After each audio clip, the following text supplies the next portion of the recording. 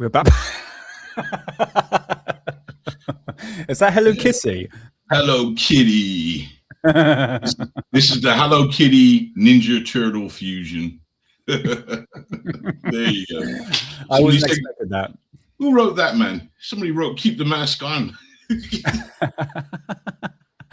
Oh, that's awesome, mate. Oh, how's it going, mate? You all right? Yeah, I'm doing all right, man. Doing all right. Still alive. So I got to be doing it right. Yeah, same here, man. Same here. And hello to everyone in chat. It's nice to see everyone, all our regulars. Yeah, happy. I was going to say Tuesday there, but Wednesday, aren't we? Mm-hmm. So it's the hump day. Yeah, I don't understand what I mean by hump day. What's that? Is that something sexual? I don't understand that. Not at all. Not at all. Not everything is sexual, Nicholas. So let me educate you. Go for it. You look at the week. Yeah. And Wednesday is the hump, because all week you're going all Monday and Tuesday you're going up that hill. Okay. And come Wednesday is the hump, and then Thursday, Friday it's downhill. Ah, I see. Gotcha. All right, that's a clarification then. So nothing sexual. That's right. Okay, fair enough.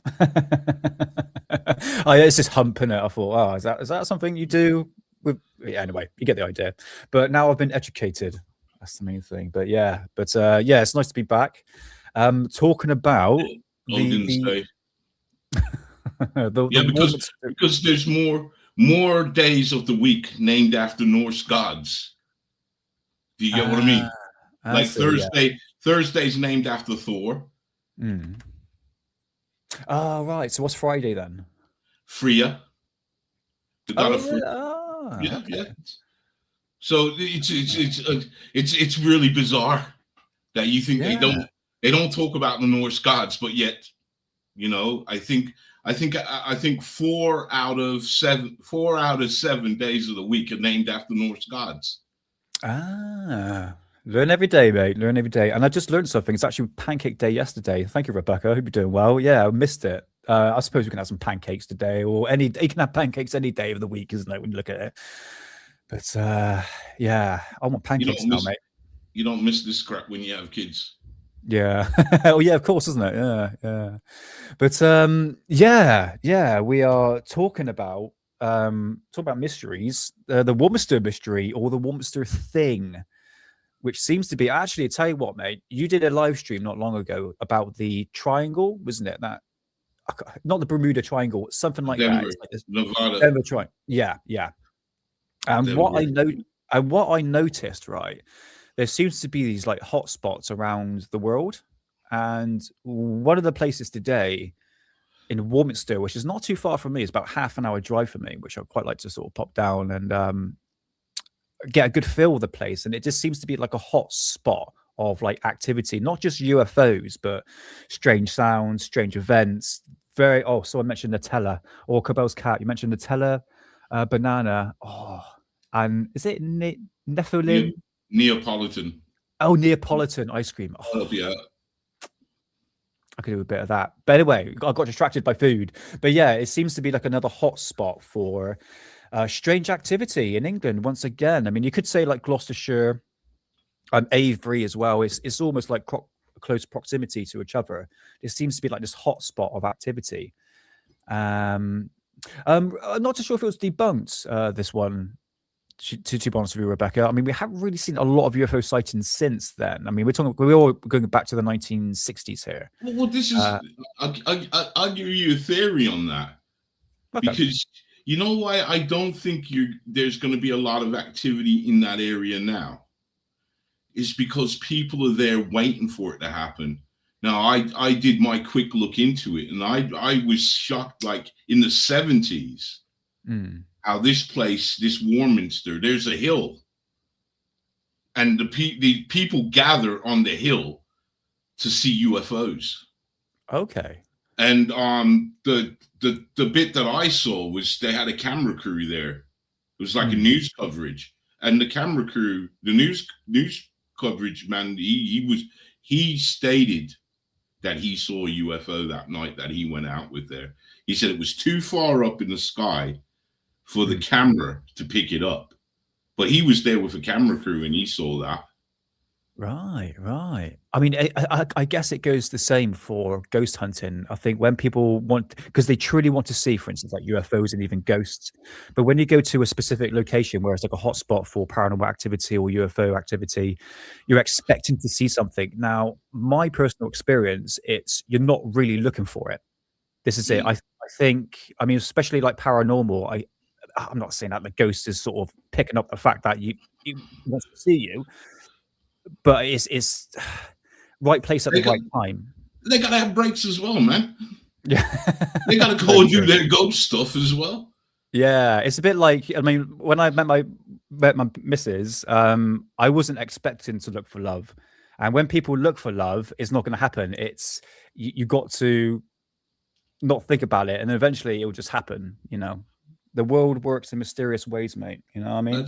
That's the truth. That's the truth, man. And I kind of think I put that same analogy of what you said about paranormal to also UFOs, because not many people, except for John, because John lives on a UFO highway. Yeah. But not many people are going to go out there their first night, or even their fifth night, and see something. It's the least expected time. That's why we have so many amateur sightings. Because it's the least expected time. Yeah, they just see something up. When I saw, I've had 2 encounters of UFOs, and it was unexpected. Weren't sit there with my camera already, you know. Wasn't sat. It was just unexpected. Yeah. You know, when I just turned the corner, and lo and behold, there's something unusual there. Sure. Yeah. And it makes me think, like, is it worth me spending £1,000 on a camera to look for UFOs when I'm actually actively looking for it, which can spend a lot of time, you know, sort of looking for UFOs.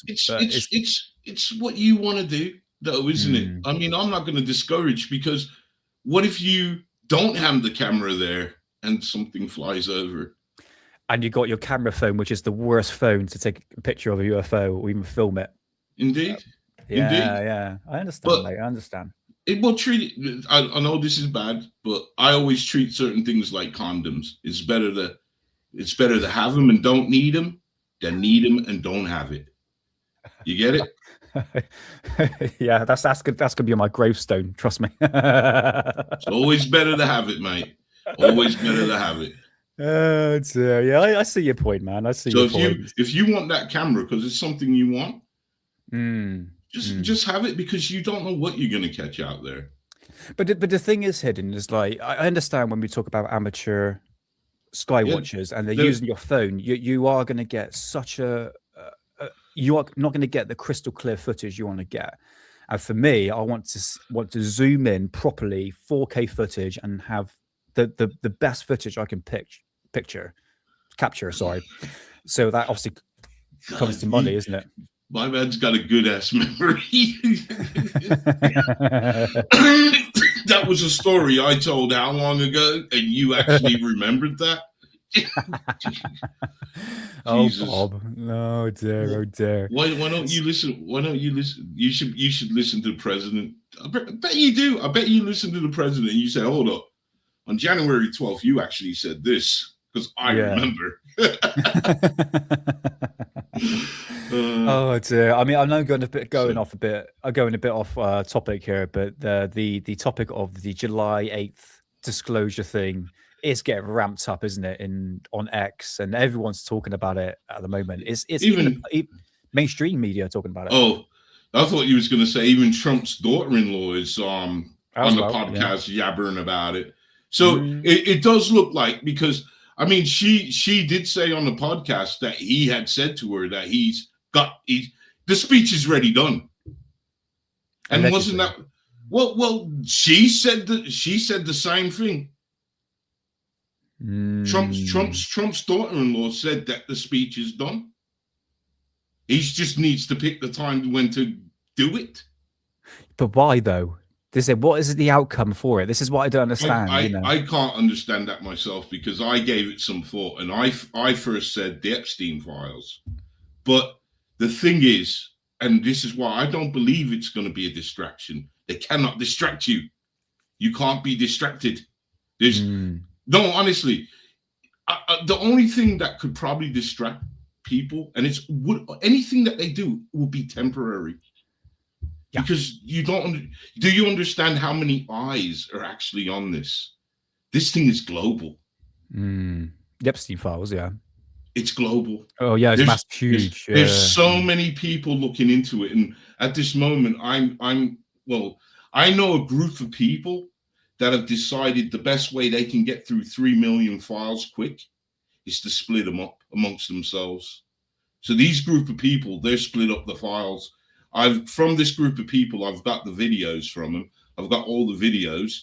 I'm asking for the pictures. I want all the pictures, but they gave me all the videos. It's about 8 hours long of videos that were in the dump.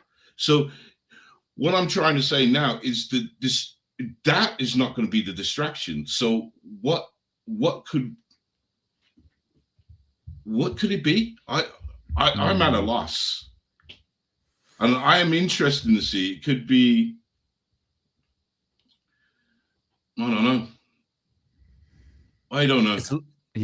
It's when people say distraction, I understand that. Is that the fact that your point of view there, mate? But to be honest with you, I mean, you can really pinpoint to any sort of distraction. You could say, oh, this is a distraction from for something political, something going on in Iran, Palestine. You can literally pinpoint anything really when it comes to a distraction. I think if you're going to say, and this is like no offense to people, but if you're going to say it's a distraction, you've got to say what is the distraction for. You see what I mean? No, that's what I'm trying to say. Exactly. What possibly, because people who want to say it's going to be for the Epstein files, I've just explained myself, haven't I? It's a global thing. It's not massive. It's not just in America. It's not just in Britain. It's global. There are people from around the world looking into it. I mean, one of the guys in this group that I'm talking about, he's from India. So that's just to show you the diversity of the people that are looking into this. Yeah, sure. And a lot of things are coming out. A lot of things are being dropped. At the moment now, they've hit the person that I really hate. Don't like her. And hate is a strong word. And believe me, it is a strong word. Ellen DeGeneres. They're hitting her now. They're hitting her.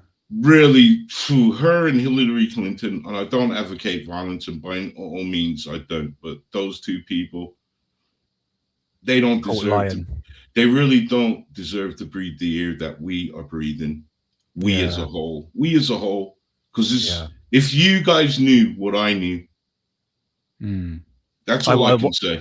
I watched the interview with Hillary Clinton on the BBC, and I was like, you are lying through your teeth. We have literally photographic evidence, and in the Epstein files, your involvement, and she just has this like reptilian sort of look on her face, like, no, don't worry, it's just for charity. It's like, we are not stupid. People waking up to it. The people wrote where you said that YouTube blocked your comment. It does that with people in my chat, mate. It's really annoying. It's YouTube. It's annoying, the thing is though, I was talking to my son. We just on it. We get away from this. I was talking to my son, man, and he said one of the things that was like, "Where is the vindication for us lot?" And I was like, "Yeah." No one's ever turned around and said, y'all were right all along. Because me and my son, we've been saying this all along. The elites, they eat. I'm not finishing that sentence off, but I hope you guys understand that. And we were saying that. We were talking about the rituals that were going down. We were talking about the satanic worshiping of that is in the music industry, that is in the film industry. We were saying this and we were getting laughed at. And lo and behold, you feel me now? You feel? Exactly. I even said to my son, I said, you know what? I remember back in the days when I was telling people about the heart attack gun. Oh, it's a real thing. I seen you got the video of it. Yeah, I've seen it. You know what? I was telling them before it wasn't a real thing. You know what I mean? Yeah. I was telling them, I was telling people, they were looking, they ain't got stuff like that, man. Yeah. I said, Oh, yeah. yeah. I I said, remember yeah. I had this conversation with someone at my karate that I don't do anymore, and this guy was anything I would say, he would immediately dismantle it. He's like, no, no, no, no, no, no, you're wrong, I'm wrong. And I was talking about the heart attack gun, and he was just so annoying that he was saying, no, no, no, no, it's absolutely wrong. I said, well, tell you what, here's the video of it.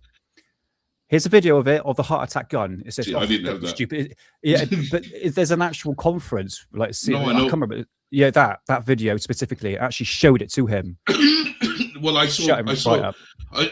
Thanks to the internet, because I'm arguing with a man before the internet. You know what I mean? When you had to reference a book, you had to go to a library and you had to go upstairs to the reference section, the part that you can't check nothing out. And they still have it there, which is a good thing. But that's where I come from. So I know later on in life that, yeah, through the internet, but through the internet, I've had access to patents. So I can see the patents that they have put in. Now, patents is different because patents is patents. It doesn't mean they got it. It just means they put in a patent. Yes. Perfect. No, because honestly, I'm going to bring that up on Friday because it's to do with like stuff I want to talk about. I'm not going to say the word, but this guy was saying, yeah, this is actually true because we actually got patents. And it's like, hold on, a patent means it's been submitted to a company. It's just to get it protected for the time being. It could be protected or non-protected. And if you actually Google it, what a patent is, it doesn't mean they actually got the technology. It's just submitting it to see whether or not it's actually going to get tested. Right. So when somebody says, well, they got the patents for it, it's like, that doesn't confirm they're actually doing it.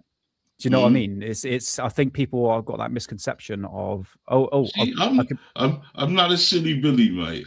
Honestly, the only reason why I don't do the conspiracies no more, I still do them because once you're a conspiracist, you're always a conspiracist.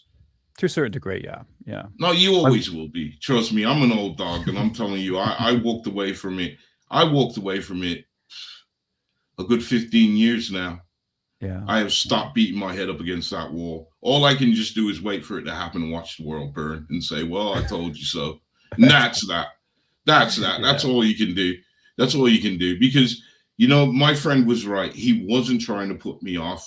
He was just trying to make me see a bit of logic.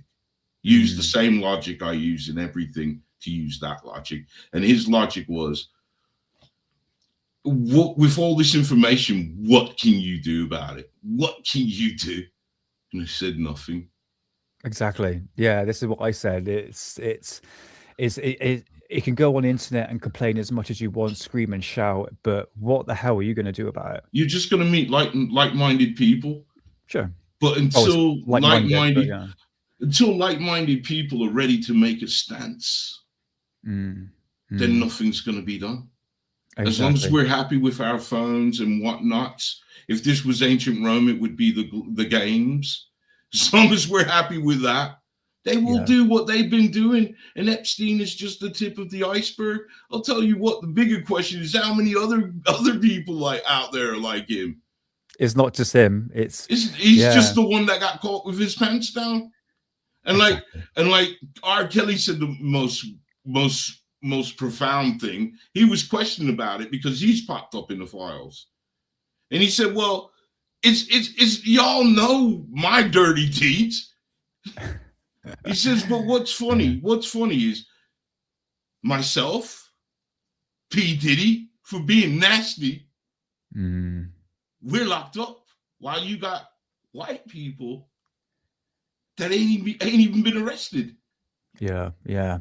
I think at this point it's like I said, it's like the tip of the iceberg. I don't think people truly understand the magnitude of it. Exactly. It's huge. That's why no distraction can distract you from this. Exactly. It's out there. It's too late. The files are out there, and there's no going back. Too many eyes are looking. Too many. They thought maybe 3 million was gonna make people say, "Oh, you know what? Nah." That 3 million made more people determined, and to believe out there that there's 3 million more files that they're not releasing goes to show, doesn't it? And they're adamant they're not going to release them now. That we know there are more files. Let's look at the facts, because 3 million is what people are surmising. There's no actual number, but they did say they're not releasing the rest of them. So there are more files. I came across something the other day where they said, what we're seeing, and it's pretty bad, yeah. But they're saying they kept the worst. They're not releasing the worst. Because it's going to get people arrested. They're covering their ass at the same time. But how bad? Listen, this stuff talks about sacrificing. There's murder. There's a Saudi businessman talking about how much he enjoyed the torture video. They redacted his name. We want to know who that dude is. Yeah. What video he watched? It is insane. It is insane, man. Yeah. It isn't. Yeah. Nick, do you know half of this stuff I'm telling you? Do you know about the Saudi businessman? You know about the beef jerky? Yeah, I know all the terms and I know exactly what you're talking about. Yeah, yeah. But it's convincing the Joe Schmo from the public. This is it. It's because we know about this for, a number of years now, but it's the public at large that's just, I don't think they can actually comprehend that these people can actually do what they do. It's like, no, you need to sit down and have a little look if you've got the... Oh, really? Oh, right. Science evidence. So who was the Saudi prince? No, the Saudi businessman. Sorry. Forgive me. I think so far there's no Saudi princes being brought up. So forgive me. Saudi businessman. Sorry. Yeah. Sorry about that. It's a massive hole, man. I really want to talk about it. You can tell, innit?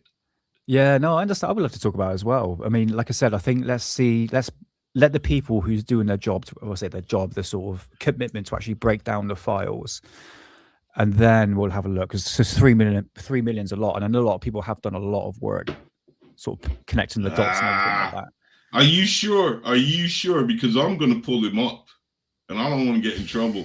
Because to be straight, because these things are so dark that if you call the wrong person's name by accident, I'd sue your ass. If I had the money, I'd come for you. I'd come for you. Sure. Because this thing is dark, man. This thing is dark. I mean, I read the email about them on his yacht. Did you see that one? No, I haven't come across that one yet. No. They were talking about sacrificing. Bloody hell. The witness clearly said it. There's only so much I can tolerate, but I know it's happening. I know what's happened. I know what's going on, still going on today. But there's also some other fascinating things that was in there, like the free energy. Yeah, that as well. Yeah. So there's a lot of stuff in there, man. Free energy. They were talking about the pyramids. There's 2 pyramids in the ocean. They reckon they're off the coast of Cuba. Oh right, yeah. The one I saw was it was something to do with trauma, and that trauma sort of gave a oh God, if I'm saying this right, it's some sort of psychic connection. It was really weird, mate. When I looked into it, I was reading the file, I was like, that's really weird. Like, is it almost like MK Ultra sort of style technique? Man, it's deep as a massive rabbit hole, isn't it? It's just like, I mean, we probably could do an episode if you want to at some point. Nothing to do with the Warminster Thing or mystery. But mate, we're at this time now where it's like, wow. You can sue me. What are you going to take? You can take all I have, because all I have is nothing. Oh, mate. Yeah. Crazy times. I saw the video. Made me laugh. Because I thought what a befitting name as well. The Island Boys. The Epstein Island Boys. And them two are a bit odd. Those two are very, very... You know what? I saw a video of them two, because they're brothers, ain't they? Yeah, they are brothers. Incest thing they're doing now, aren't they? Well, I saw. I just saw a video of them two kissing each other, and I don't believe it was AI. I was like, no, they're actually doing it. Yeah, it's true. It's all over the internet. If people want to see that, it's very, very sick. Very, very. Anything to get clicks and likes and views. To make out on with your own brother. Very sad. It's what social media has done to us, mate. What has social media done to the world? But it's done it to them. It's done it to them, and the world as well, and the people, I should say. It's not me, because it ain't me, because I ain't watching that. It just pops up. It just certain things just pop up when I'm having a look, and I'm like, Island Boys, because they're always good for a giggle. Yeah, yeah. No, they are. It makes you feel like a lot better in yourself. So, you know what? At least I'm stable. Something like that. Something like that. Yeah. So, should we move on to the Warminster thing, or do you want to give a shout out to the people in chat?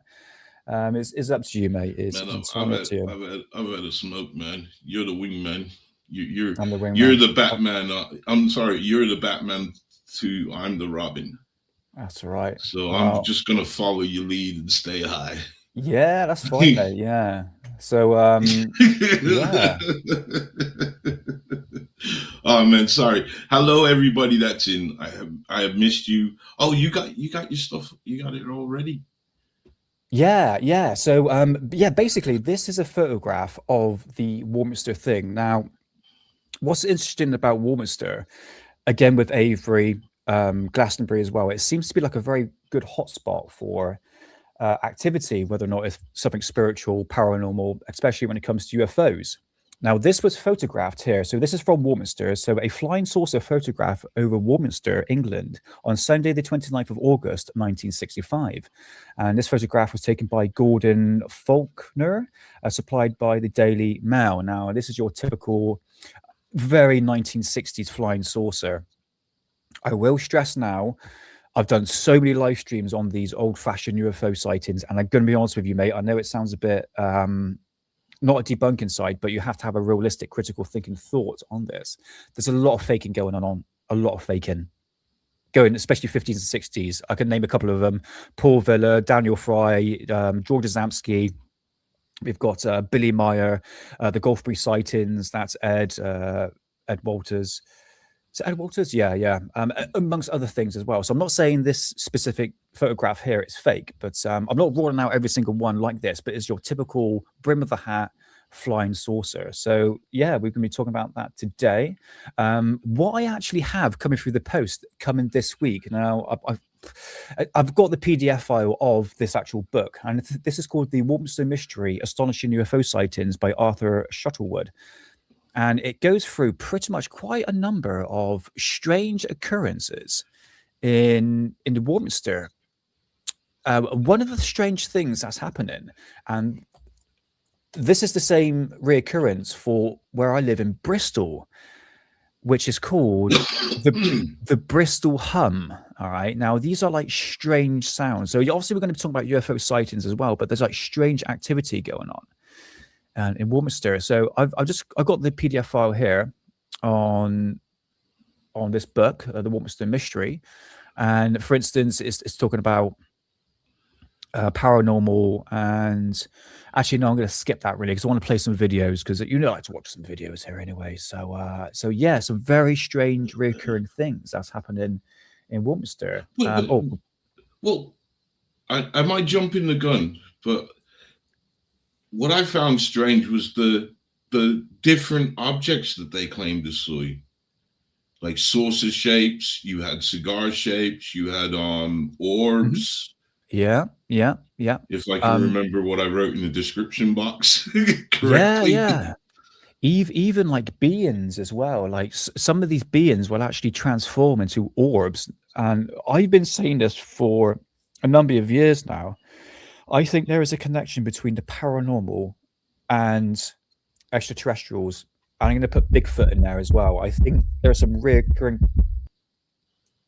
Was that your microphone? Was that your microphone? I heard something. That was the sound of your heartbeat. Oh, was it? Well, paranormal. Freaked me out there a little bit, mate. Yeah, I was thinking, I can hear a strange heartbeat going on. But yeah, But I would say everything is connected together. Oh, that's right. As well. I'm sober now, mate, so it's all good. Yeah, it's I think there's a connection between all three things, I have to admit. I'll obviously like to go into further detail on another episode. But yeah, some really strange stuff in Warminster. So let's get to, I'm just going to read just briefly what the Warminster Thing or mystery is about. Okay, so the Warminster mystery or thing refers to a famous and long-lasting series of unexplained phenomena that occurred in around the small town. Hold on, you're laughing. Hold on, sounds like yeah as one would say. So it's unexplained phenomena that occurred in around the small town of Warminster in Wiltshire. Now Wiltshire hotspot, this is where you get all your crop circles as well. It's a fascinating place. I don't live too far from there. That's an interesting connection. Yeah, definitely, mate, definitely. You always get crop circles in Wiltshire. It's the hotspot for crop circles, absolutely. There may be in other places, but you can always guarantee every year there's going to be one there. So that's very interesting. Yeah, definitely. Let's bring that photograph back up there. Okay, so these strange sightings started in the late 1964 and continued through the 1970s. Now, it began dramatically on Christmas morning of 1964. December the 25th, when dozens of residents reported terrifying and invisible sonic attacks or mysterious loud noises. Now, people describe these sounds like branches or twigs lashing against rooftops, giant hailstones pounding tiles, roofs being ripped off and slammed back down, and massive chimney stacks being torn apart. These invisible forces sometimes knocked people over. Now, one woman was thrown to the ground while she was walking, and it basically shook her house quite violently. And there's been no physical damage was usually found, and nothing visible caused the noise. Now, the humming or whisper sound is often followed. Same thing with Bristol, the Bristol hum, as we call it around here, around our parts. So the months that followed the 1965 occurrence, these reports elevated into a full-blown UFO sighting. And here is your typical sighting from that time period.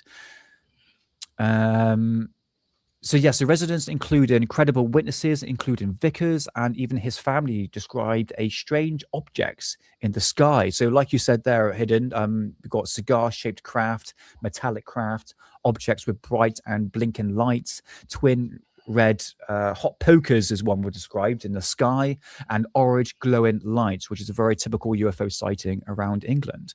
Other weird events including sudden mass deaths of birds, a flock of pigeons, for instance, poltergeist-like activity, and claims of physical attacks that pretty much paralyzed from unseen forces. The phenomena peaks in the mid 1960s with people gathering to the hill of Clay Hill. This is what you're talking about, the hill, that big hillside. Mount, yeah. So this is called Clay Hill. I think that's where the report came from. That's it, yeah. So you've got a Clay Hill and you've got Cradle Hill for sky watching seasons and hoping to spot UFOs on a regular basis. So this is where they're going to spot these UFOs. And I think this is where this was actually taken from, I believe. So local journalist, here we are here, Arthur Shuttlewood, documented hundreds of reports in Warminster Journal and later wrote a book called The Warminster Mystery that came out in 1967. Should be coming through the post. Didn't he go on to write 4 others? Yes, he. Hold on. No, I don't have it there. No, I don't. But no, that is he did write a couple of books after that. So this is called The Warminster Mystery from 1967. Should be coming through the post very, very soon. And the popularizing term of the thing. So the Warminster Mystery or the Warminster Thing, hence the live stream like watching now. Because at the time, many people weren't yet familiar with flying saucers. No, not really, no. I mean, in America, it was massive UFO wave in the 50s, and it kind of lingered into the Europe and UK. But UFOs as a relatively new concept, for sure. So this is called the thing, basically. So the flap roughly lasted until around 1977 through occasional UFO sightings continued in the area for decades. Now, Warminster earned the reputation as the UK UFO capital. Obviously, Wiltshire we're talking about here, and with reports as recently as 2010. So in recent years, the interest have become revived through books, documentaries, and even large mural of aliens and flying saucers unrevealed in the town until 2025. That marks the 60th anniversary.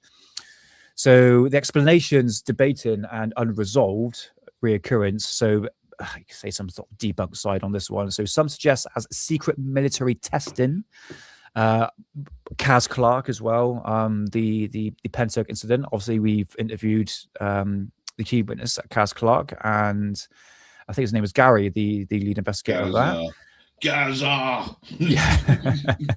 And so others point out as a natural phenomena or mass hysteria or misidentification of aircraft, lights, or even hoaxes in some cases. Believers see it as genuine extraterrestrial or paranormal activity. So there has been no signal explanations ever been proven, and it remains as Britain's most famous and prolonged UFO flap or mysterious events. And if you're that's it. So that's just basically a breakdown. See, now we over at the Hidden Underbelly, and I do say we because it is the collective we. Yeah, we've took that word now, UFO flap. Yeah, and no, we've took it now. No, over here. You know what it means, Nick? You know what it means now? Oh, Remind me. It means any UFO video that we look at and we believe it to be a bird, it's another UFO flap. Ah, right. The Jeremy Corbell footage of the flapping birds, which you can clearly see it flapping. Yeah. Well, we over on X, I believe it was John. Me and John. It was one of us. One of you guys out there on X. I'm sure it's either John or Rotary. Okay. But one of you guys posted a video that was caught, and I called it a fast walker because this phenomena. Somebody tried to correct me. I didn't even bother because I know I'm right. So I didn't want to bother. But anyways, so he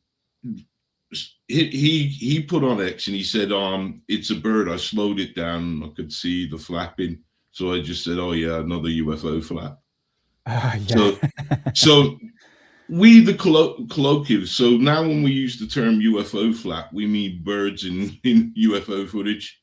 Yeah, sure. And I do have one. This is a thing. After this, I do have something to show you that I came across today.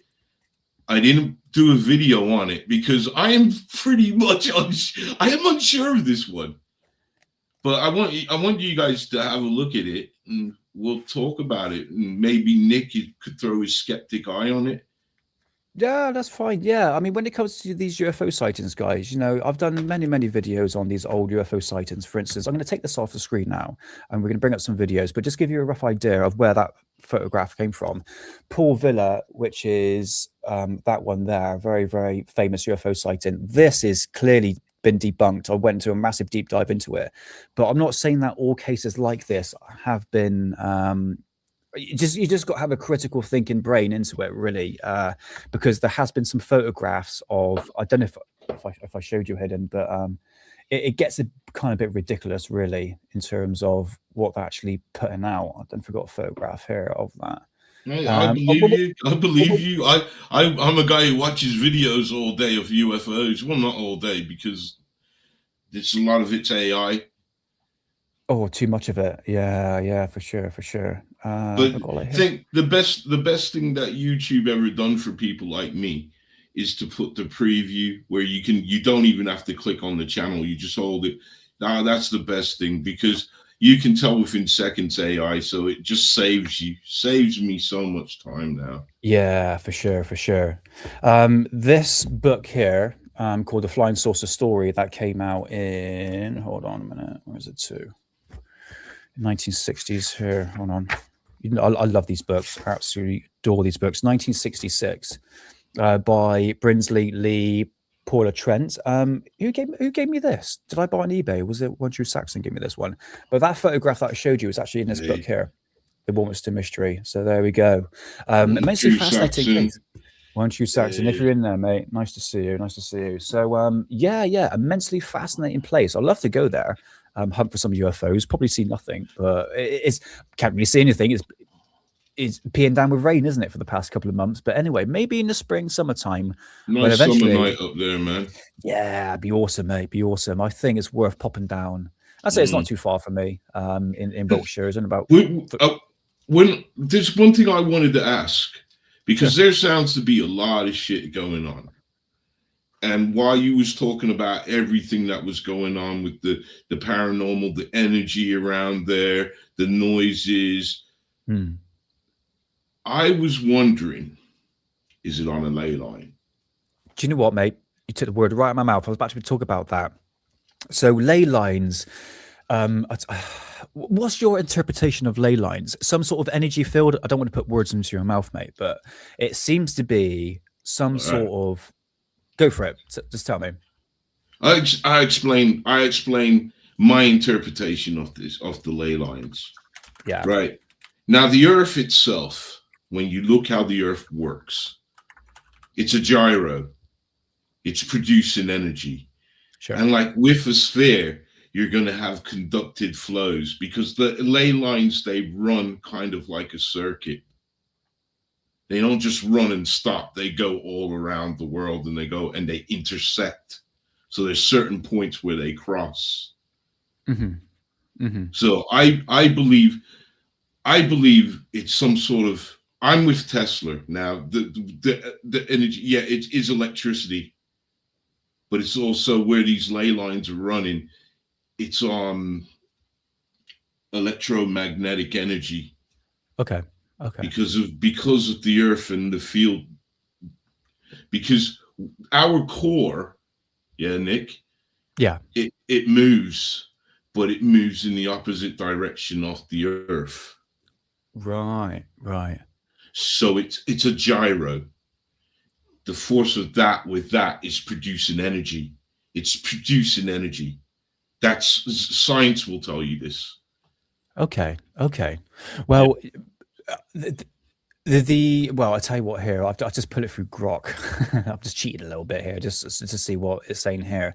So it's saying here in the 1960s and 70s, during the rise of the New Age and Earth Mysteries movement, the concept involving the dramatic, so that concept evolved quite dramatically. And there are authors like John Mitchell, who wrote a book called The View Over Atlantis in 1969, reframes ley lines as an invisible channels of, for instance, Earth energies and basically electrical current that's on a geomagnetic and psychic power flowing through the planet. Now, believers claims as ancient societies build sites deliberately on these energy lines because they are more in tuned to the Earth. The lines are connected to major global sites, for instance, like the pyramids, and also mentioned here Wiltshire and Glastonbury. Like I said, but a hot spot. So it's on a ley line. Let's look. I'll tell you what. Let's look if there's a crossover. Can you see? Is there any how you can look to see? Because you're not stoned. So is there any how that if you can look to see if there are ley lines, like a map?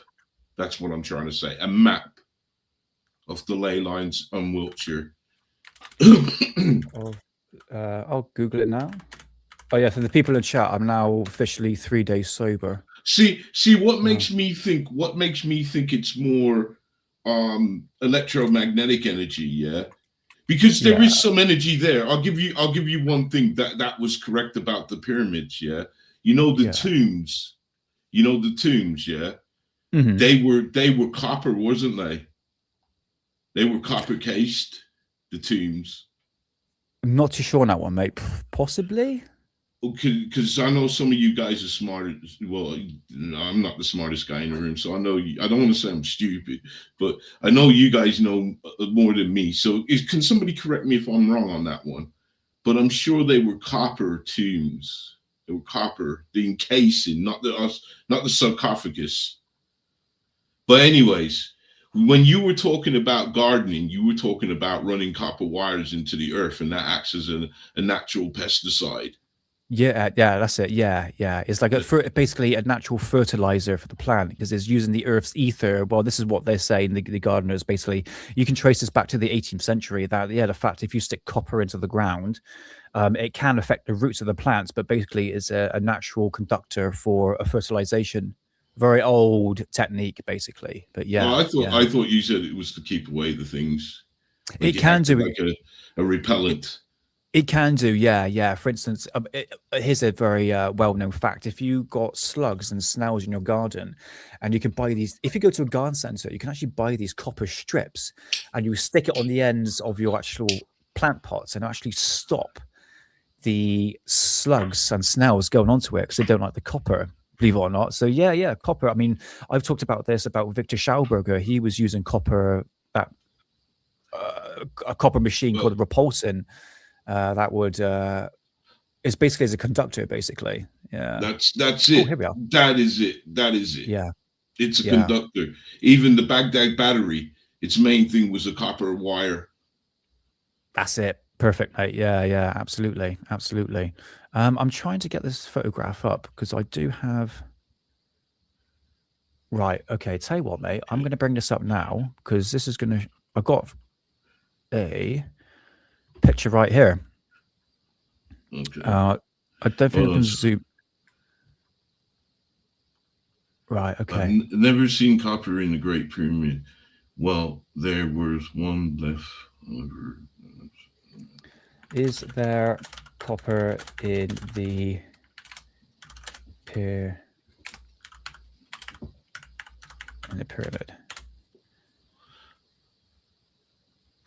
Oh, I shall put this through. Yes, there is actual copper associated with the pyramids. So the ancient Egyptians, obviously we're talking about the Giza giant pyramids, but not in a way that some, not in a way that some fringe theories claims.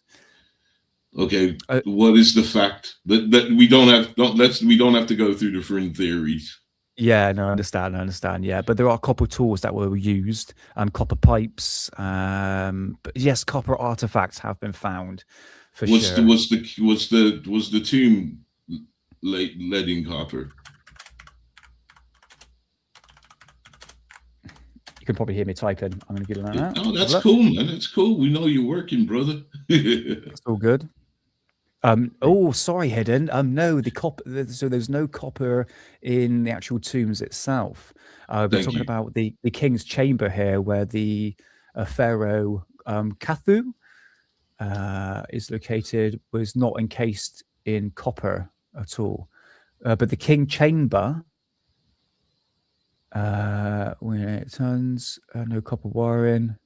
So no, mate, there is no copper, but they found copper elements not associated with the tombs. But yeah, so that I'm not interested in. Yeah, because that's something that I thought was truth. That I thought it was that much truth. I represented it. So sorry.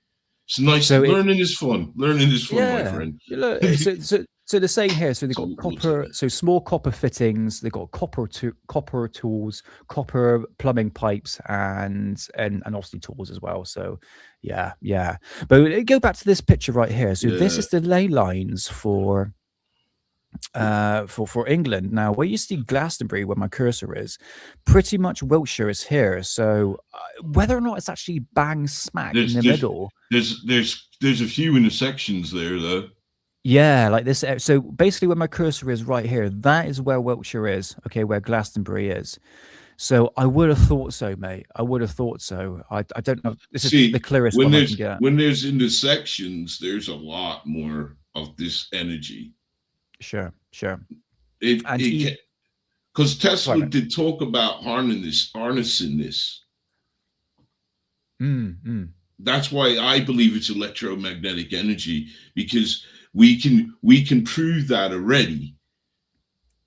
But with how it behaves on a person's psyche, where it does make him have paranormal effects. I see what you're saying now. Yeah, true. Yeah. You get me now.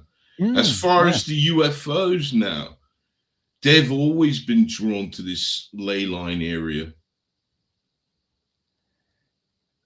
Yeah, because what's in, like, I was talking about that triangle thing. It's always weird, like the Bermuda Triangle, like you were talking about the other day in Nevada and all that. It seems to be, I'm sorry, guys, I can't really zoom this in, but it is pretty much in, everything's in triangles when you look at it.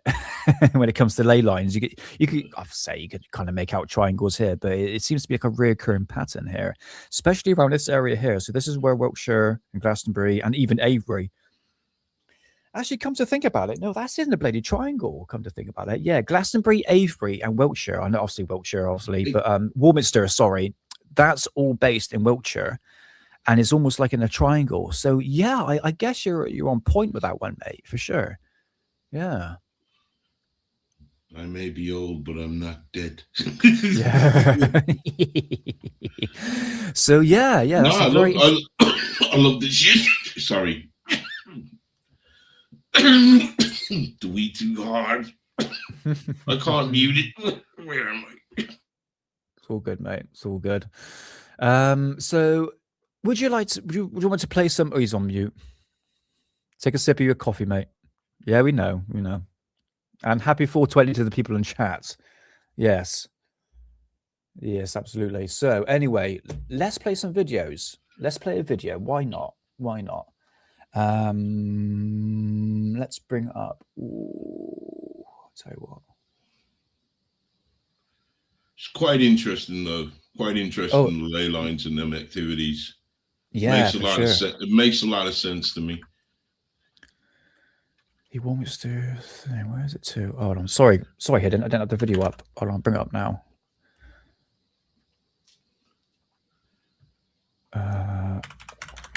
There we go. Here we go. Yeah. Well, we do have kind of a triangle. Here, I saw a comment. Wait, there we go. Hold on. So we do have a triangle in Scotland. Yeah. Oh, that was because I was going to talk about this actually, Hidden. It was called the Bonnie Bridge, basically in Falkshire. Is it Falkshire? Yeah. It's up in Scotland, and it's the same thing. UFO sightings, paranormal activity, and it's in a triangle in Bonnie Blue Bridge. I said Bonnie Blue Bridge. It's called Bonnie Bridge. Sorry, I get confused by the two. But yeah, you're right. Yeah, absolutely. Let's bring this up. Fantastic. Okay, so this is Iron Cinema. So witnesses talking. But one of the weird. See, the thing is, isn't there a Navy base by there? Yeah. Apparently, that is where they stored the. Have you heard of the Aurora project? The Aurora craft, mate. This is going back to the 90s. I can't talk about that though. The Aurora. You know what? I've seen the Aurora, the actual aircraft. It's not been declassified, but it's the next step up from the SR-71 or Blackbird plane. I did a video on it, an actual live stream, going into pretty much a deep dive into it. And apparently they stored its. Yeah, sorry. It's above my pay grade to talk about that. Yeah, you know something, mate. What do you know about the Aurora, mate? No, I know nothing. But going back into your question, mate. But yeah, there is a massive base in Scotland, ginormous runway. Weren't a question, man. Weren't a question, because there's stuff going out there, but when you look at it, you can attribute it to naval activity. Sure. Like they had a famous monster out there, not Loch Ness, but another one out there. That's what piqued my interest. It was because there's a lot of fishing out there. Yeah. And the boats were being dragged back. They were saying, like, the fishermen were reporting, and numerous times this was going down. They were reporting that they're casting nets out a couple of hours, and all of a sudden the boat's like out of Jaws, the boat's being dragged back. That's new one to me, mate. It was an insane story. Turned out that the Navy had to come up and say it was us. We were doing our secret test. Yeah. Is this something to do with Aleister Crowley? Because he summoned something. Is that something? That's going back to Loch Ness. Loch Ness. That's all that. But it can't be true, because there was a book that was written way back before Crowley, and it cited the monster. Because I had this conversation with somebody, and he pulled up the book and he showed me it, and he said that was way before Crowley. So Crowley could not have summoned up this monster. Ah, I see. Okay, I hear you. Yeah, but going back to what you're saying, yes, there is a triangle in Scotland as well. I mean, England alone, it seems to be a hotspot for a lot of this strange activity. But anyway, we have. You know what? We're going back now, because I'll bring you back to. You know why? We have there's a great mystical. England is a mystical place. It is. That place right there that you were talking about. What's it called? That's up by where Stonehenge is. Yeah. Yeah. Did you know that back in the days, I can't remember how far back, but I'm going to give you a story. These monks, they were out digging, and they stumbled across King Arthur's tomb. Oh yeah, I heard about that. Yeah. And then they moved it to the mount where the thing is, Stonehenge. Okay. They moved it there, and then when Henry VIII decided to break away from the Roman Catholics and start the English Catholics, Church of England. Yeah. He destroyed. It was a famous thing that he did. It's given a name. Do you guys know the name? I don't know the name. It eludes me. But it was he did this thing where he destroyed all the churches, and he destroyed that. So they believed that he either took the bones or just destroyed them of King Arthur. But my thing about the mount now, this is what they believed. Yeah. Not Henry VIII and all these, but these monks. That's why they buried him there. Yeah. Gotcha. Because they believed it was a gateway to another world. Because they believed in the Hollow Earth kind of routine. I don't think it had that name, Hollow Earth. I think they called it Middle Earth. But they believed there was a gateway to another realm. Interesting. That's new to me, mate. All right. That's interesting. Yeah. Check out that story, man. Check out that story. I know I tell you some whoppers, man, but look into that one, man. Look into that one. Yeah, absolutely. Yeah. But they actually believe the mystical of that side is they actually believe that was a gateway to another world. World of fairies and make-believes. I actually believe in fairies, by the way. I'd love to do an episode on fairies at some point. But yeah, New says the underworld. I think that's the term, isn't it? The underworld.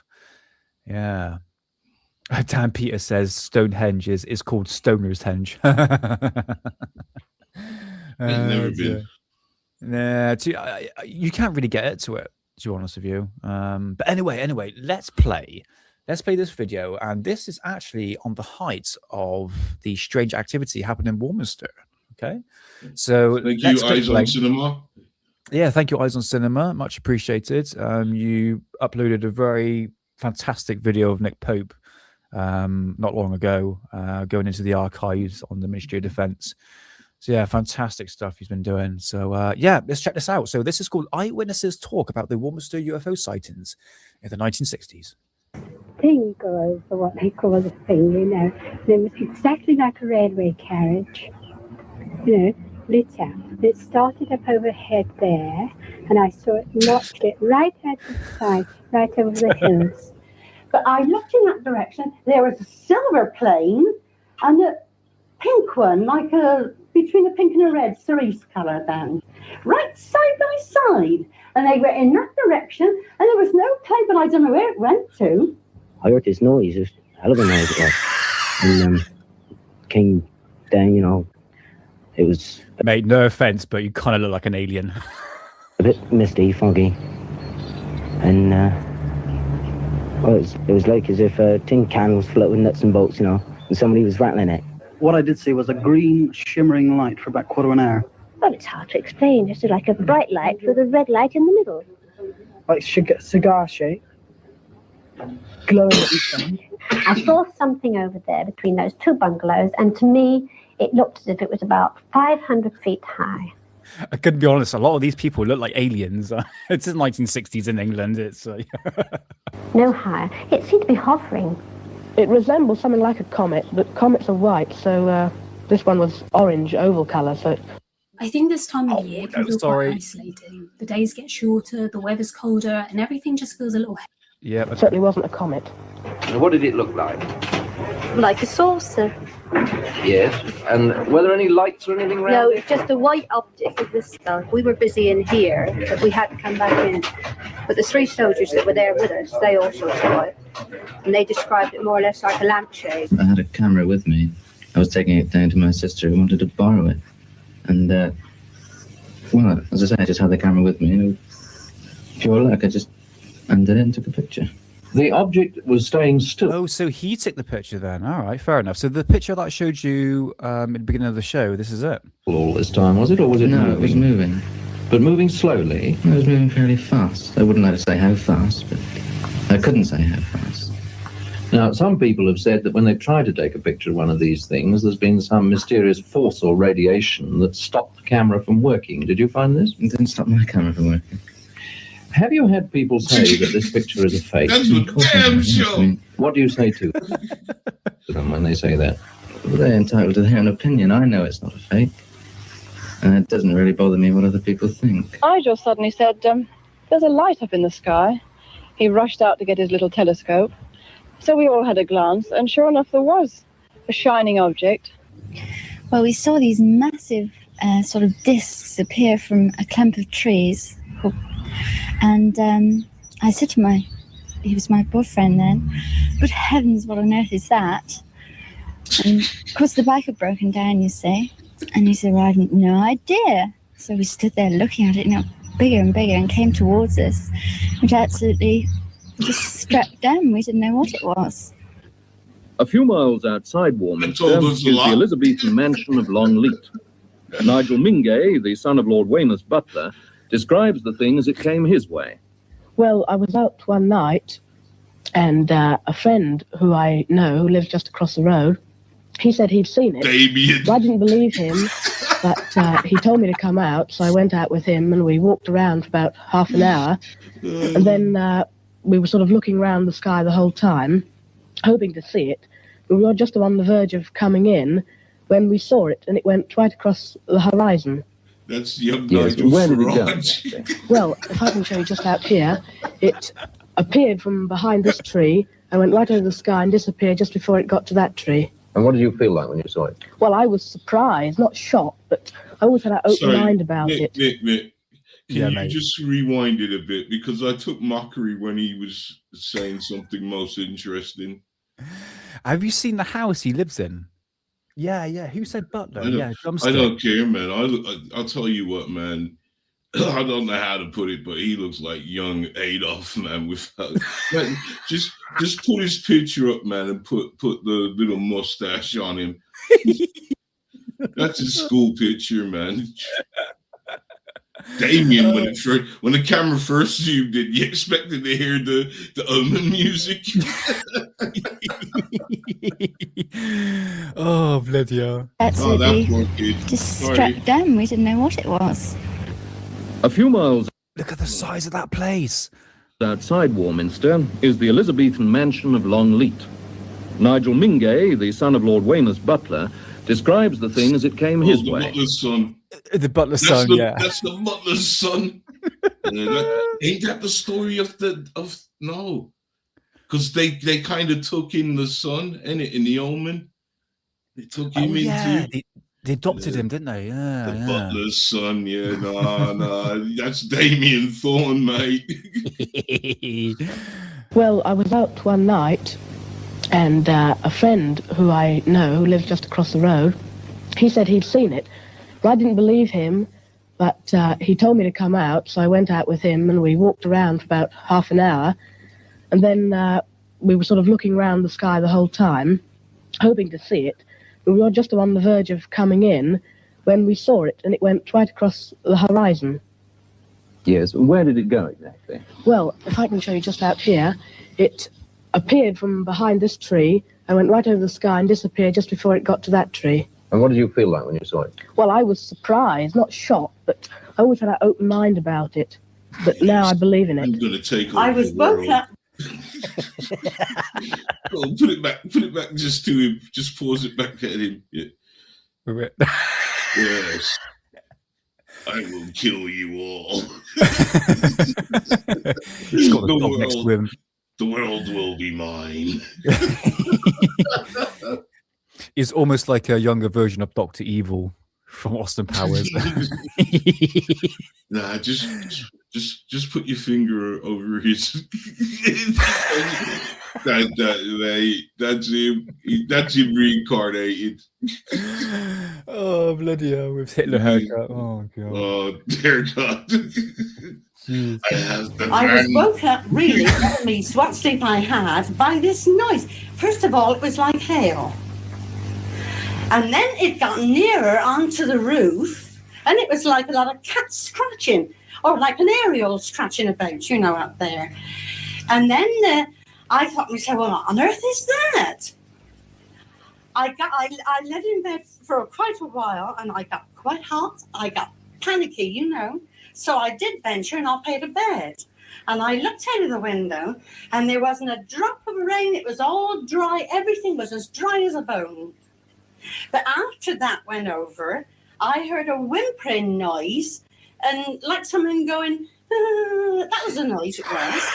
And I thought, whatever is it? And I sat on the side of the bed, of course, Jean's in with me, and she said, whatever's the matter with you? I said, do you hear that noise? She said, no, listen, don't wake me up. She went to sleep again. So the dog downstairs, she didn't bark, but she was making that woofing noise, you know, woof like they do.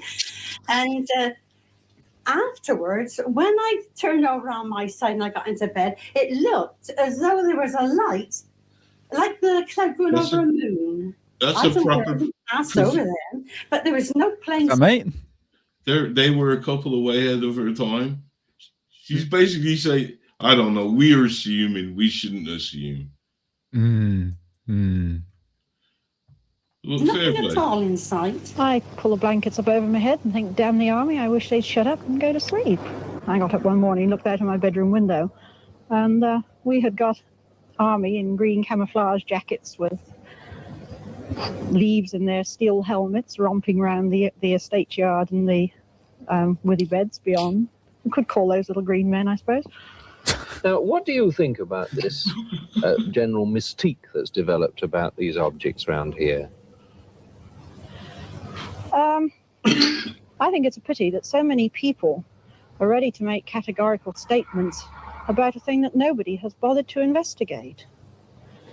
As far as I have been able to discover, there has been no coordinated observation, no scientific inquiry as to what's happening. Various individuals have seen various things and have immediately drawn their own conclusions. I continued to watch it for a while, and then it started this very erratic movement again. So I said, is it a star? And he said, no, it isn't. And then he believed, as well as me, that there was definitely something around. I have seen it. Oh, I have seen it too. As a matter of fact, we were coming over the plain one night. We were travelling rather fast. They just overtaken us, and my wife said, stop, stop. Well, it appeared to be round to me. But my husband was driving rather fast and he wouldn't stop to have a look at it. And then when we got home, she explained to me this is the thing she had seen herself before and she wanted me to stop to see it. But I myself have only seen the movement of it. Terrific distance. Terrific speed. A little bit. That's all I can say. Yeah, didn't it? And yeah. I firmly believe in it. It doesn't bother me. I'm a Christian. I don't care about it at all. Have you seen anything else since? Yes, I have seen it once, I think a few months later, as I was looking out from my back windows. It was above the trees, and then it was swaying. Did it look the same? Yes, it did. It had the red light as well as the previous one. Oh, these people what are sort great. Of shape did it have? I love them. Well, it round. You can't really describe it. Just between those two bungalows over there, I saw this thing, and it was very bright white, but it was sort of dome-shaped, you know, like a saucer. The noise woke me. Tell me The about droning noise. They were like sound waves. Never heard anything like it before. Never. loud. Oh, terribly loud. That's why I can't understand why my neighbours didn't hear it. Because I'm not a light sleep. I sleep soundly. And none of your neighbours heard No. this? Even my little boy was fast asleep. I went in to see him. I was too frightened really to think. I shall never forget it. You know, they almost look like the boys from Brazil. No, we wouldn't. No, we wouldn't. Any guy pointing a finger at me saying, "Would you believe?" No.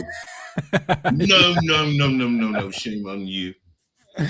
Oh, mate. I tell you what, I think Rotary, you put up a really good...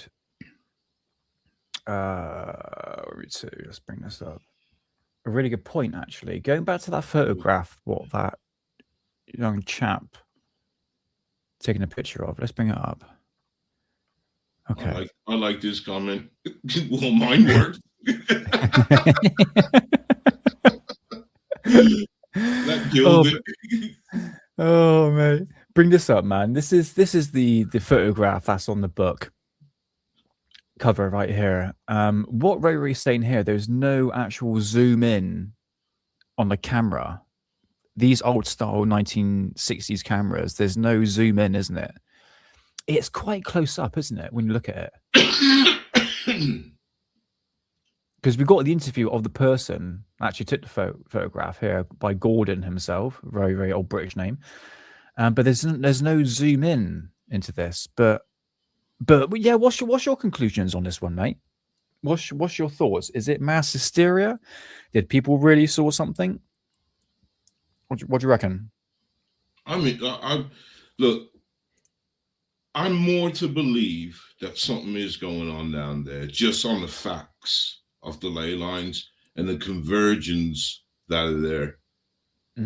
Would tell me instantly, if I want to go and look for something, a great mystery or something to look into, there's where to start. That area there. Yeah. And with the crop circle activity, you know, why not? Why not? It's a Scooby-Doo mystery, guys. Yeah, absolutely. No, honestly, with the ley lines there, and especially like I'm seeing a few of them intersecting right around that area. Yeah. Middle East. I tell you what, I just come across. But why? See, a meteor. Now that's fair enough. But why would you have the military? That woman's clearly saying, even she joked, the only green men I'm seeing around here, if you want to call the military little green men, then that's it. But she's saying they're even in camo. They're with the. You hear how she described them? Yeah, camouflaged basically. Yeah. They're in camo. No, they're in proper camo. What are they doing lurking around there? So something's going on. Oh yeah. So a meteor, and you know, reports of other crafts. People have been describing the flying saucers, which we don't really see a lot of now, mate, isn't it? See, to be fair, you see that picture there. Now, yeah, I don't want to throw crap at it, and I'm really not. But my eye view is what I'm looking at, is a hat in a lake. Hat in the water. Okay. I see what you're saying now, mate. Yeah, for sure. The one thing that lacks is any context, but I'm sure that if there was like, you know, a tree in the background or something, that we could judge it off. I'm sure the fact that tree would be there, we'd start saying, okay, it's fishing wire and a pie plate. You know, so But going back to what I said earlier, you know, there was a lot of faking going on. Here's the very typical example what I'm about to talk about. In Florida, in 1980s, late 1980s, there was a lot of UFO sightings in Gulf Breeze in Florida. Okay, we got video footage of people filming these objects in the sky. Now, someone came forward named Ed Walters, and he written a book called The Gulf Breeze Sighting, which he claims he was abducted, and made a whole story about it. I've done a live stream about it, but he's got a very series of photographs, very famous photographs. And my personal opinion, reading through the book, sounds like a comic book. It seems so outlandish, to be honest with you, and I think the photographs have been fake. So people were actually witnessing, the public were witnessing actual UFO sightings, but then Ed Walters came along and just sort of thought, well, I could probably make some money out of this, just my own personal opinion. And he wrote the book called The Gulf Breeze Sighting and faked a bunch of UFO photographs. This might be the case here, that chap here who took this photograph, Gordon. But if you pay attention to his wife, who was sitting next to him, she was smiling and almost like laughing. Do you know what I mean? It's like, so. No, well, he seems like a funny cat. Do you want to bring that video back up? Just to show, I'll tell you what, I'm going to bring that video back up. I want to play that clip again. Of young Adolf. Oh, yeah. No, this was before Adolf, mate. Hold on. Let's have a look. I'll bring this up. But yeah, I'm not saying that this is the case here, but there, you know. Hello to you guys who just popped up. Sorry, I'm a bit 420, and if I don't use my hand to hold the head up, it'll go like that. I tell you what, here we go. Here's the right, here we are. We got it here. Okay, fantastic. Right, let's bring this up. So this is Gordon, not her. But we had to come back in. But the 3 soldiers that were there with us, they also saw it. And they described it more or less like a lampshade. I had a camera with me. I was taking it down to my sister who wanted to borrow it. And, well, as I say, I just had the camera with me. And pure luck, I just undid it and took a picture. So that photograph that was on the screen a minute ago, this is it, okay? So he took that photograph. The object was staying still all this time, was it, or was it moving? No, it was moving. But moving slowly? It was moving fairly fast. I wouldn't like to say how fast, but I couldn't say how fast.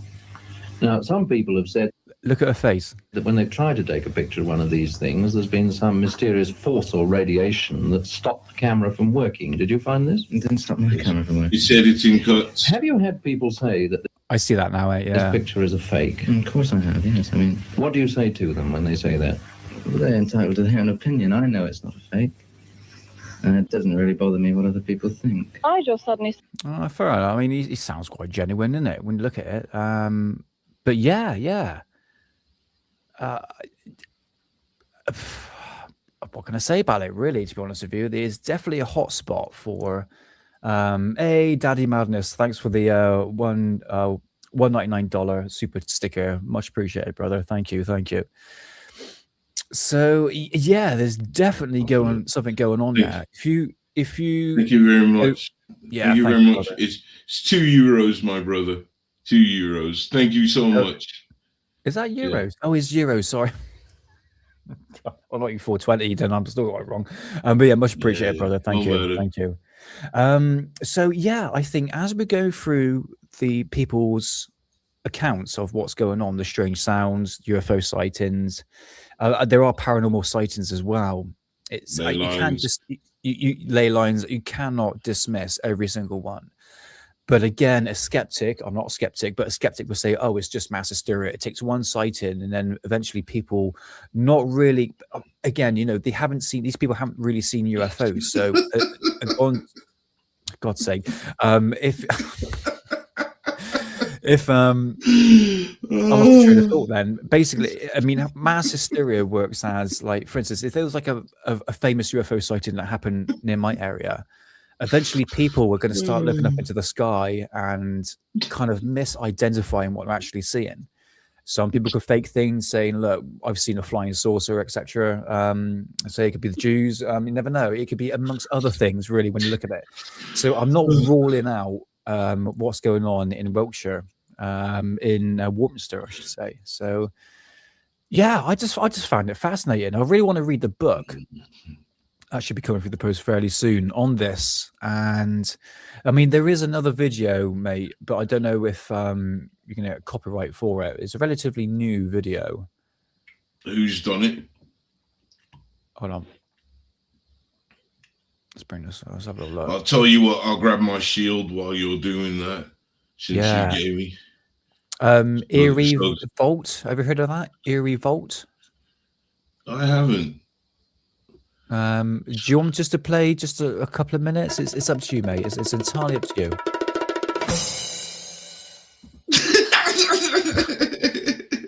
Is that what the people were hearing in Wiltshire at that time, is it? No, I gotta get my shield up, man. Let's get my shield up. Your shield? There it is. There that protects me. Alrighty, tight. Okay. I quite like this channel here. One more. One more for the road. Yeah.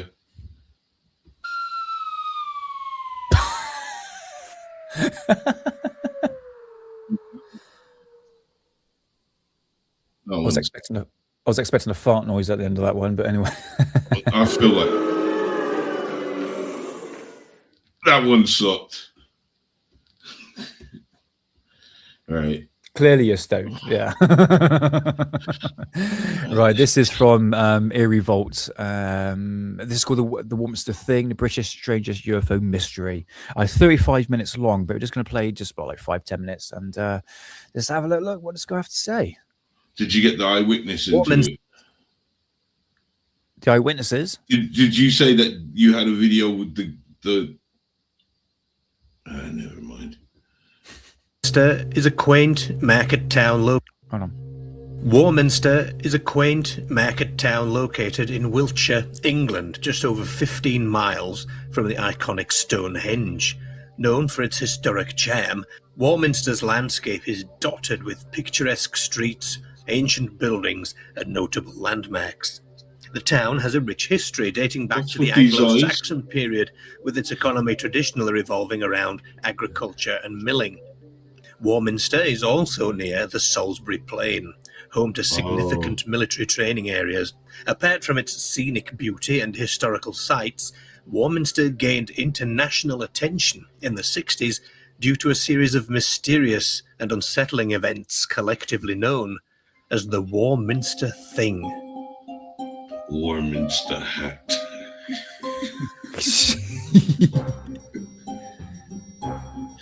It started at Christmas. The peaceful charm of Warminster was disrupted on Christmas morning in 1964 when residents began reporting a series of strange and eerie phenomena. It all started with an unusual sound. Mildred Head, a resident, awoke at 1:25 a.m. to the sound of her ceiling being bombarded by what she described as twigs brushing against the tiles. That grew louder and louder until it resembled giant hailstones.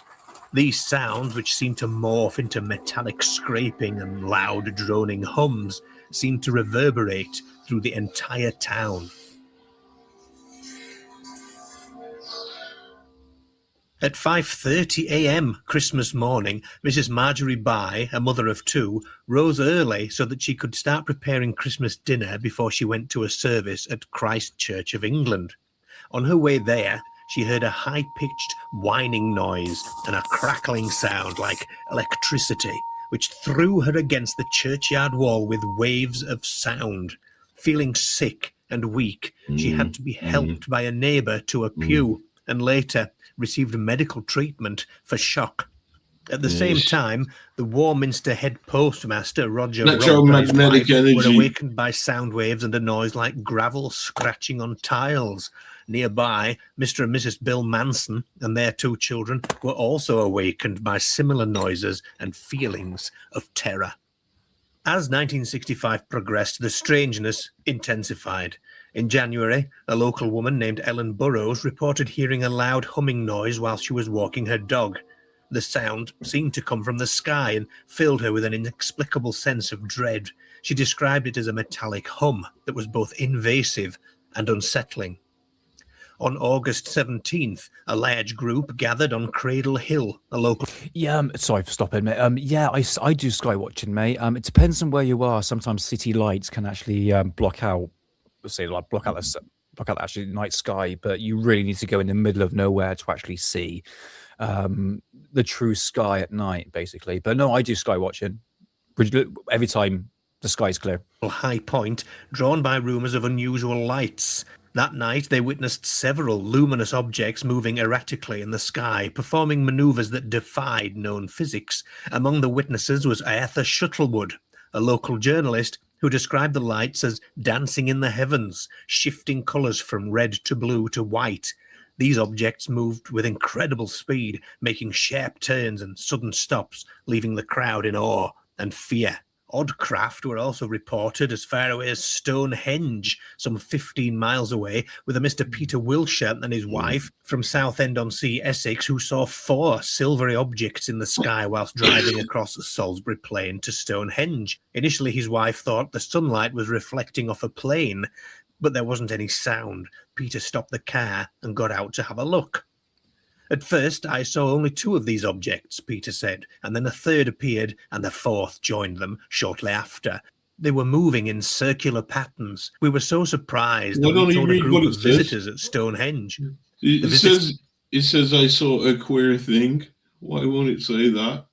At first, I could see only 2 of these queer things.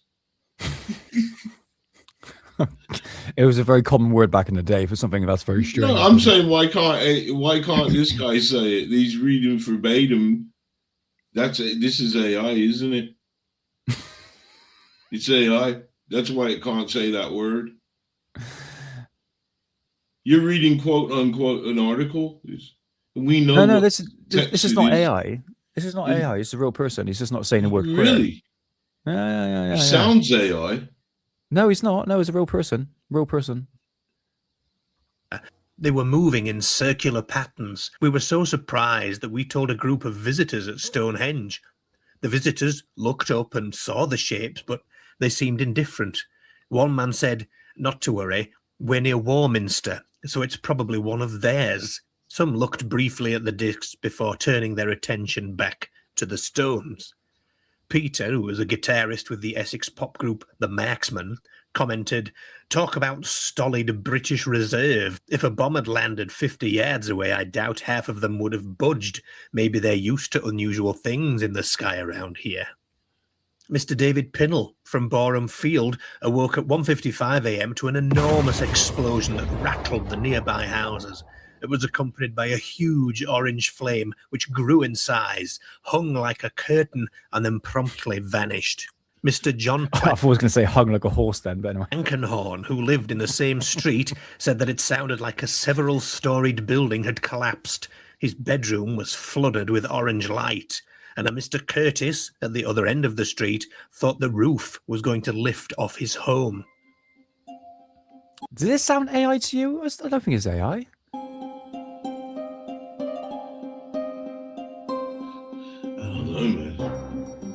Because hung like a curtain doesn't sound like something AI would say. Yeah, I think this is the real person, mate. It's definitely, I think. It's just got a weird way of saying Enough of things. a commotion had bubbled up by this point that a Mr. John Cleary Baker, who was Doctor of Philosophy and Evaluation Officer for BUFORA, the British UFO Research Association, had requested a spy post to be set up after District Councillor Emlyn Rees requested his assistance with what is now referred to as the UFO flap of the 60s. Flap again. Hello, Sadie. Nice to see you. Hope you're doing well. We have no doubt whatsoever that the phenomena at Warminster, the sounds and the sights are... Okay, so here are BUFORA. So this is called the British UFO Research Association. ...connected with and caused by flying saucers. And of course, the existence of those... Looks more like a train spotter. On these things. I don't think we need that's my hobby. Tonight, but one never knows, of course, in the long run. This spy post encouraged people to spend time gathered in a certain area to observe the skies with cameras and binoculars to gather evidence. It seemed incredible, but in Warminster, excitement was at fever pitch. Surely, they argued, the sheer weight of evidence meant that something was going on. Activity was centered on the two great hills. Okay. I laughed too soon. It's like it's that fever pitch. There's two Throughout people the year, there. reports of UFOs became regular features in the Warminster Journal and many other newspapers. People saw cigar-shaped crafts, hovering lights, and other unidentifiable flying objects. One notable encounter involved a massive, silent craft hovering over a house, emitting a beam of light before shooting off at impossible speed. Another incident on September the 4th saw multiple witnesses observe a group of lights forming a triangular pattern in the sky, moving in perfect synchronization before disappearing over the horizon. The BBC even made a documentary about it. Just an object. Do you want to skip this bit? Why is that what he played? This is the BBC. This is what he's playing, yeah. Do you think it'd be all right? Yeah, if he got away with it. In the sky. All right. What did it look like? Like a saucer. But we were busy in here, but we had to come back in. But the three soldiers that were there with us, they also saw it. And they described it more or less like a lampshade. I think it's just a load of tripe. It's a beer around here. I think it's a load of tripe. What? You mean it's just people hallucinations? Yeah. They came from Boscombe Down. Air ballooned with the doofers on. Debate rage. Okay, you notice that every person that dismissed it is all elderly. You know, it's for the tripe, mate. In the newspapers. Was this something friendly? Was it hostile? Was it benign? Speculation abound. Did the Defence Ministry have data on the thing? Was it some sort of mirage? One joker suggested it could be the airborne remains of a burnt cottage loaf that he saw falling out of the back of a baker's van. It's quite.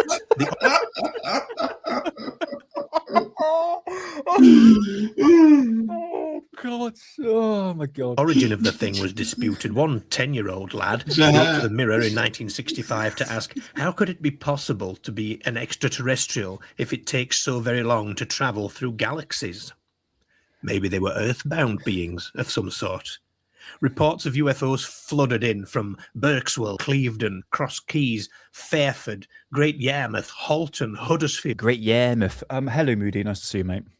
Langford, Langdon Hills, Maidstone, North Iron, Plymouth, Port. Hey, mate, you got one in Birmingham, mate. Oh. Talbot, Radlett, Lowestoft, Stoke-on-Trent, and Surrey. Some of the reports included strange noises in the sky that caused flocks of pigeons to die in mid-air. Some reports said animals were stunned into completely immobile states by the sounds, and others stated that cars suddenly stopped and their headlights shattered. One particularly odd... Take care, Daddy. Is it Daddy Madness? Oh, sorry, mate. Yeah, sorry, mate. Yeah, have a good one, and thanks for the donation, mate. Much appreciated. Have a good night. Report said that one of the UFOs spotted had fired a missile-shaped object into the top of Clay Hill. Apparently, the witness went up to the hill and found the object in the ground. He apparently covered it up and left it there. Maybe it's still there. Multiple witnesses provided detailed accounts of their experiences. For example, one resident reported waking up to a dreadful droning sound and seeing a brilliant object in the sky from her bedroom window. She described being petrified and unable to move for about half an hour whilst observing the object, which travelled slowly across the sky. By this dreadful droning sound. Would like to speak up. And I went to the bedroom window and I saw this brilliant object. It was quite low in the sky. And I live up Beacon View that way. And it seemed to be travelling very slowly. And I was petrified. I just couldn't move. I was shaking like a leaf. I just couldn't move, and it was going on for half an hour. Another account mentioned a resident who, upon hearing the noise, saw a bright object that they chased in their car, noting its incredible acceleration and lack of sound. A farmer named Roger Hall, on a clear night, noticed a bright light following his car. As he drove faster, the light kept pace, hovering silently above him. When he stopped to investigate, the light vanished without a trace. He described the experience as terrifying, convinced that something otherworldly had been observing him. The year reached a climax with an event where dozens of residents witnessed a spectacular display of lights in the sky. Glowing orbs of various colours danced and spun, forming intricate patterns and shapes. The show lasted for over an hour, drawing crowds out into the cold night to watch in awe. This event, coming exactly 1 year after the initial strange sounds, seemed to make a full circle in the Warminster mystery, leaving the town with more questions than answers. Some people, of course, thought that all of this was some sort of experiment by local scientists that had merely fooled the nation.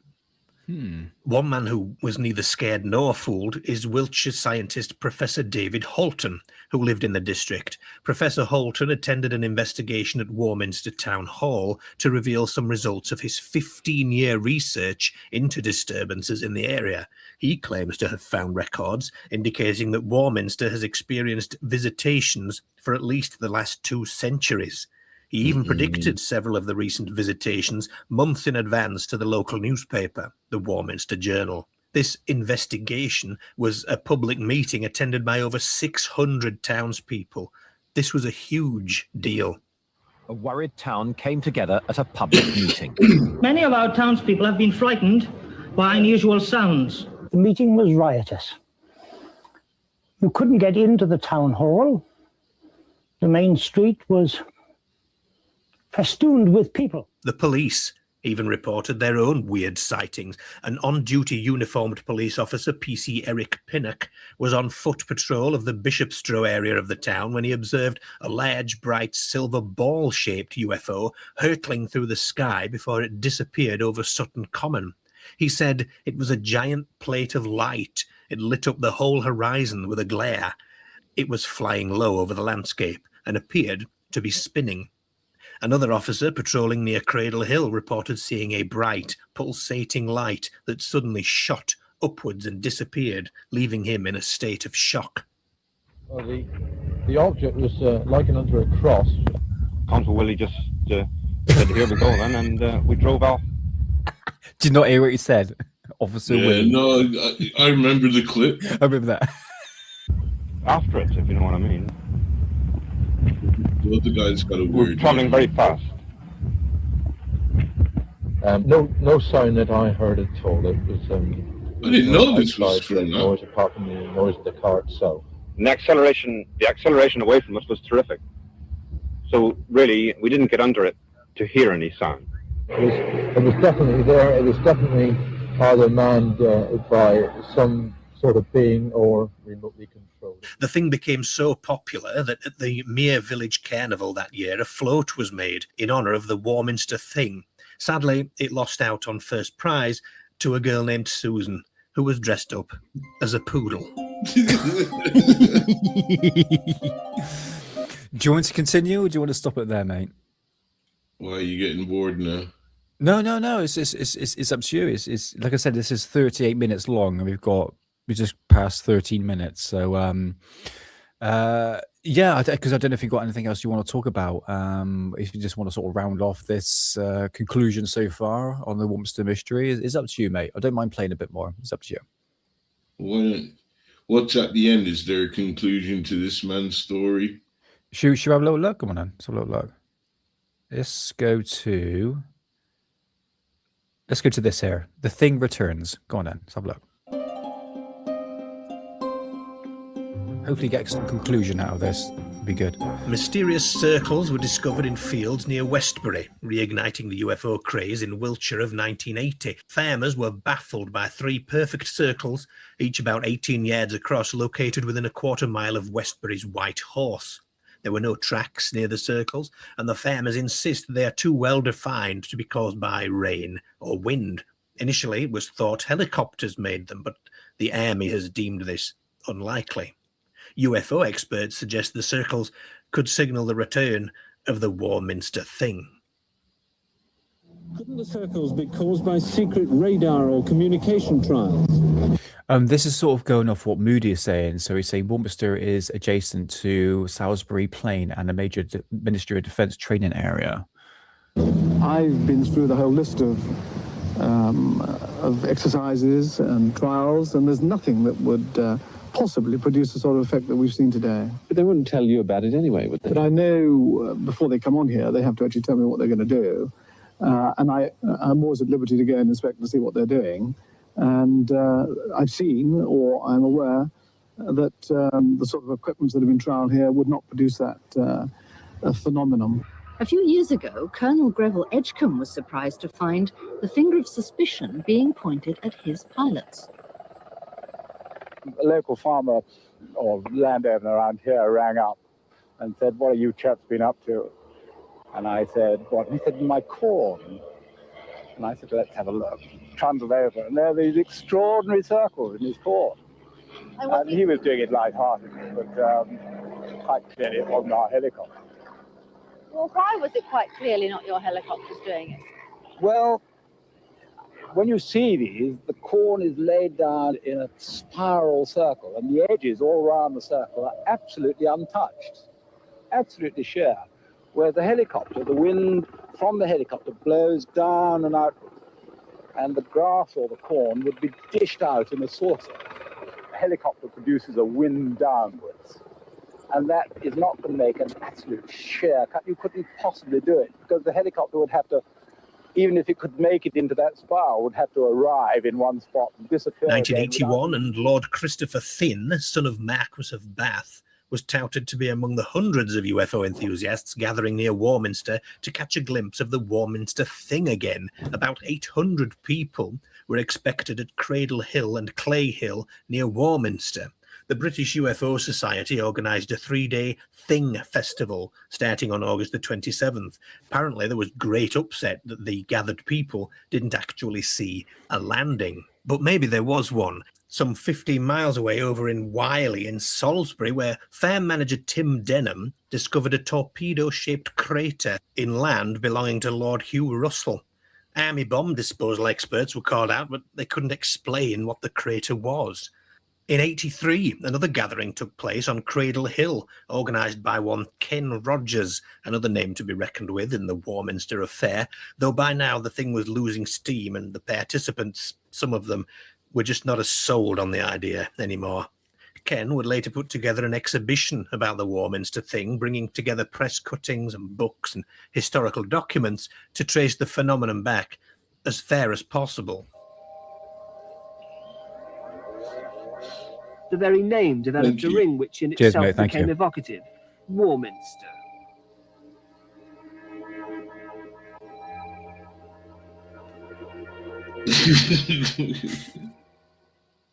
Looking back, I remember seeing shimmering orbs of light in the sky, silver discoids, things called amber gamblers, things, orange lights that suddenly would appear in the sky and sort of gamble along before suddenly turning off at right angles and disappearing into thin air. It was amazing. I was actually convinced that, and probably still am convinced, that Warminster in the 60s was invaded by either extraterrestrials or visitors from interdimensions.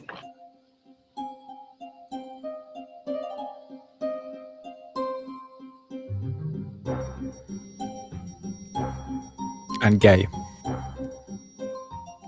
Then, in 1994, from the Antipodes came the revelation that the classic Warminster UFO photo had been faked.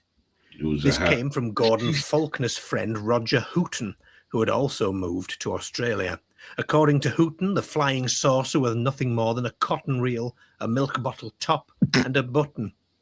Hooton dropped it and Faulkner photographed it as it fell.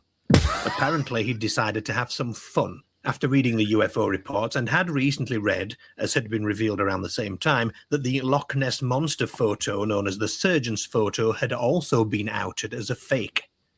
What did I say? What did I say? Newspaper reporting this, however, was unable to contact Faulkner for comment for this particular article, but they did manage to trace him 2 days later.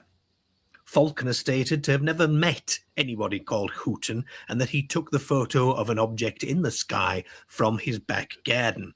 It was not hoaxed.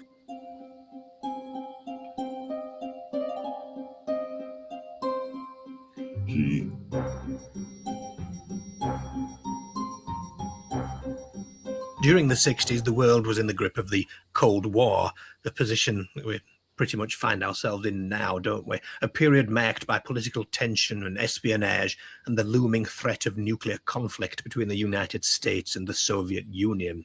This era of paranoia and fear might have influenced the public's perception of unexplained phenomena. The anxiety of potential espionage and the advanced secretive technologies could have contributed to the local populace attributing mysterious events to either enemy action or experimental aircraft.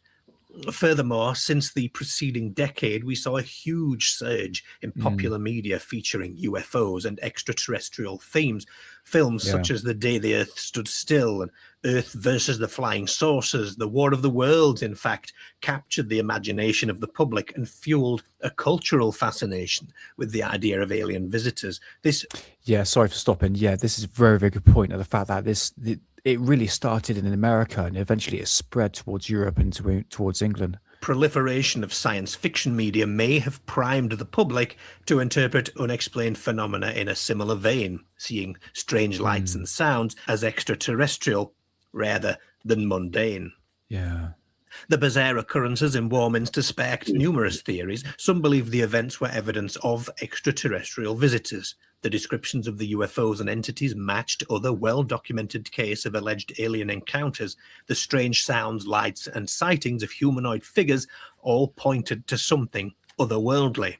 Skeptics, however, offer alternative explanations. The strange noises could be infrasound, low-frequency sounds that can cause feelings of unease and sometimes hallucinations even. This natural phenomenon can be caused by environmental factors such as wind passing over mountains or through valleys. It could explain why so many people heard the same disturbing sounds. And then there's good old mass hysteria, which was another possible explanation. Psychological phenomena such as pareidolia, where the mind perceives familiar patterns like faces or figures in random stimuli, could possibly explain the sightings of the entities. Or ley lines. Who knows? I keep an open mind. I know. Why Warminster? Your guess is as good as mine. What do you think? You let me know in the comments below. Hit the like button, please. There we go. Really good video. I quite enjoyed that one. I'll tell you right now, it's ley lines. It seems to be, I mean, we've talked about this many times, you know, the hot spots of where this activity is actually happening. Yeah, the ley lines. I think it plays a massive factor into that. And if you go back to the video, you can see where Wiltshire is, and Warminster, and Avery, and Glastonbury. Sorry, it's all in a triangle. It's literally all in a triangle. Again, it can be linked to ley lines. I mean, it's good that at the end of that video, it talks about the pop culture of UFOs and aliens, the movies. It was like, it can lead to mass hysteria, pareidolia as well. I mean, look at today's day and age. Look, everyone has a phone. They're taking videos and even pictures of stuff that, look, sightings that can be explained. Like I said, 95% of UFO sightings can be explained. I'm not saying this is the equation for the people that actually witness something, but there's something odd about Warminster, and I really want to go there. I really want to do it. I want to feel the vibe of the place. So actually, to tell you what, yeah, Saturday, me and the missus are free. Let's see, I might be able to pop down because it's not too far, Warminster, from where I live. It's probably about a 30-minute drive. And look for the hill. I'll look for the hill. But yeah, I find this place. Just check the weather. Just check the weather. Yeah. But I find this is why I brought it up for today's live stream, because the more I was looking into it, I was like, actually, no, it's actually worth doing a video on, because there's so many sightings and witnesses of strange events in this area. It's immensely fascinating, and I'm not dismissing every single one, but again, pareidolia, mass hysteria needs to be put into equation here. I sound like the old people in that video, really, but you just got to put that into the equation. But I remain open-minded. Going back to what Moody was saying here, and you make a really good point on this one, because this explains what Foo Fighters were. So Foo Fighters, yeah, no, the one above that one. It says World War II German radar has high-powered eyes. ionized in the air, creating balls of plasma in the sky. So Foo Fighters, which was these balls of light that were seen in the sky during World War II. Now, the Germans had very, very high powered radar systems, and it was almost like a searchlight, and they would specifically target the radar system at Allied bombers that were bombing Berlin. We're talking about the British and Americans here. And these radar systems were so powerful, it would actually produce a ionized plasma ball in the sky. And I think that is the realistic conclusion of what these balls of light in the sky were seen. And this is all German technology. And yes, you are right, Moody. That technology went into the hands of the British. They actually, because what people don't realize, that Operation Paperclip, yes, the Germans went into America, but we got someone called, oh my God, I forgot his name now. His name. One of the German scientists came to Britain first to work on that system. So we adopted the German radar system, and it's a possibility that, because like Moody was saying, that where Warminster is next to a Ministry of Defence area, a test facility. So it could possibly be. You look stoned as fuck, mate. Sorry, I swore. I apologize. But yeah, it's a good possibility that actually testing this equipment, and this is what people were seeing. But does that explain the sounds? Going back to your question there, Moody. Sorry, not question, but you're actually saying that the fact that ley lines, direct energy weapons as well possibly can create these sounds. It's a multitude, ley lines, yeah, amongst other things. But otherwise, I find this sightings in this area immensely fascinating.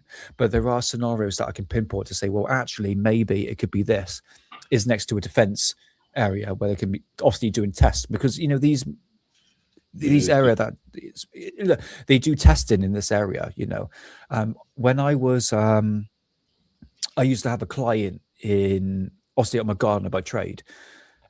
Going back years ago, I was working in a place. It was in the middle of nowhere. It was called Fairleigh Hungerford, which is like 10 miles outside Bath, which is kind of close to like Wiltshire where it is. And I can hear the military training. You can hear the gunshots, all that sort of stuff, the helicopters flying around. So I know the fact that they do pretty much, not on a regular basis, but they do testing. It's a possibility these people are actually misidentifying stuff. But saucers being seen in the sky, actually quite low down near the tree level, amongst other things. So, but nevertheless, I remain open-minded. But yeah, fascinating. I really do find this area of Wiltshire, known as Warminster, very, very fascinating. And I'd love to pop down there and get a vibe of the place. I think would be good. Yeah. Hidden? Ley lines. Ley lines. Are you saying ley lines? Okay. I'm saying ley lines is the answer. Yeah. Now it's the question that you need to be asking. Yeah, ley lines and the Rendlesham Forest incident. Yes, Professor Simon Holland did something. I tell you what, we can probably do that next. Actually, it's the next episode. So, yeah, interesting, man.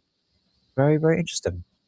So I think also the thing about King Arthur and what those people believed mystically comes into play as well.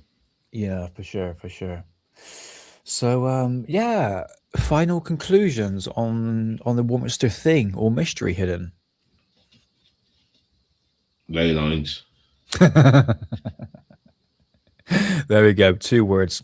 Ley lines. Fantastic. Interesting. So, it's interesting, isn't it? All the convergence. I mean, that's 100%. I think there's going to be a lot of, and like you said, some you can explain. You're dealing with people that will obviously misidentify things, but all it takes is just one to be real. You understand? Yes, something could be mysterious. Some people are seeing things, but who knows?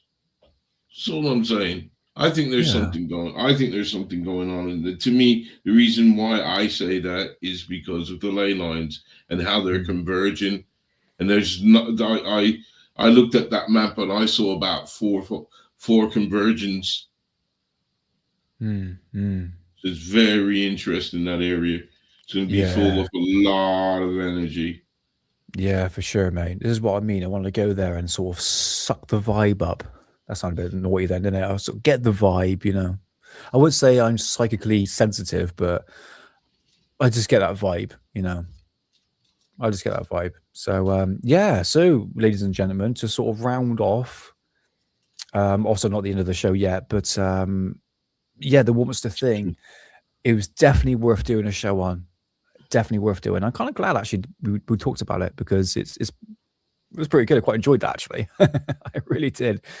So yeah, I'm sure we would talk about it at some point. When I get the book that comes through the post sometime next week, I'm going to have a little read through it, and we can harken back to some of the strange stuff that's happening in Warminster. But again, it's that triangle. It's like again, it's just a reoccurring thing we keep seeing. It's happening in America, in England, in Scotland, in South America, but like the Bermuda Triangle, same sort of thing. Immensely fascinating. So, I thought you meant the triangles in the sky. No, I'm talking about, you're talking about ley lines here. It's always in a triangle.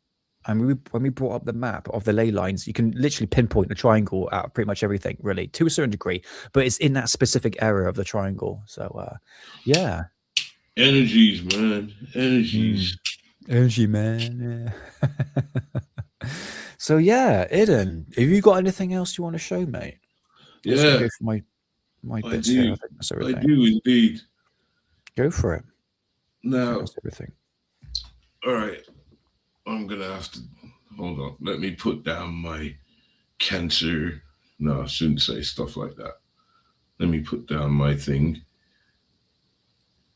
Right. Now, I come across this video. Now, I found it interesting, but something my gut is telling me it's a bird. Now, it's not AI, and it's not CGI. Is it a UFO flap? Well, I don't see no flapping. It's one of those. It could be too good to be true. Hold on. Oh, I didn't know that, Dan. It says ley lines are 33.3 across the United States. Interesting. I didn't know that. Where am I? Did I lose it?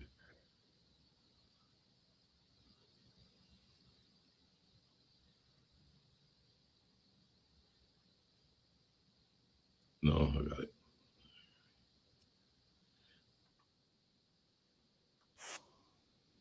I'm just going for my notes here. I don't know if I've got anything else I can show you. I think that's...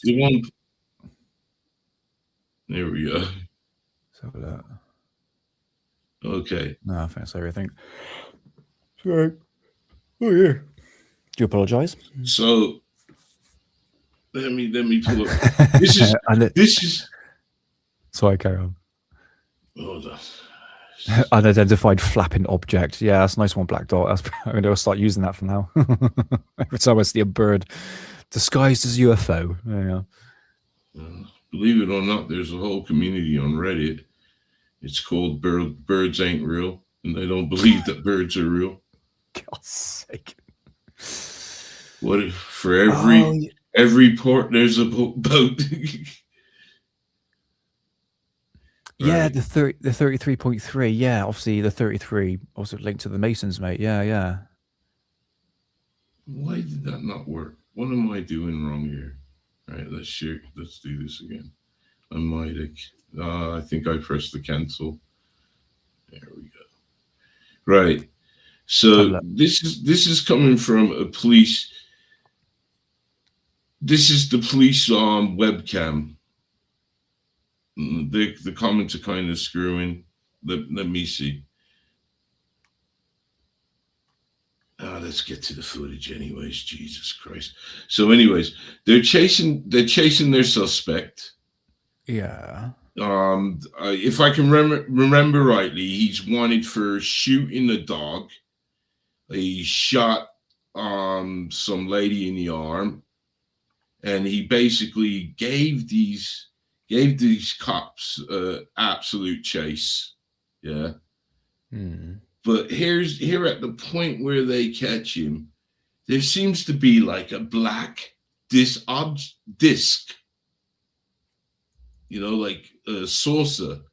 Yeah. But in the sky, just flying past. All right, let's have a look.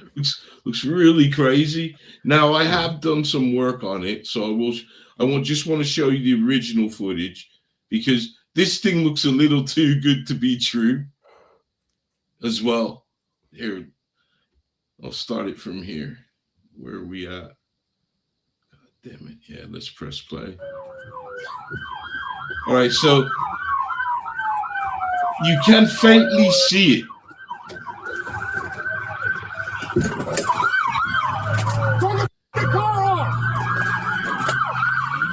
See it over here. Oh, yeah. Now wait. See, it's still in the sky there.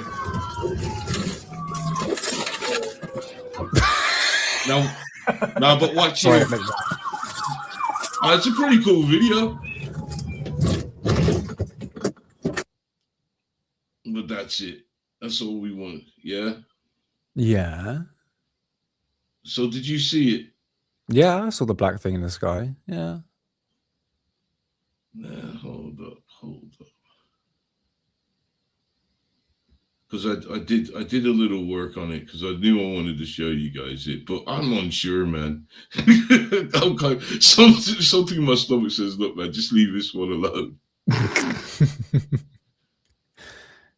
I had that feeling about another video, and I had to pull it down. What? Are people insulting it?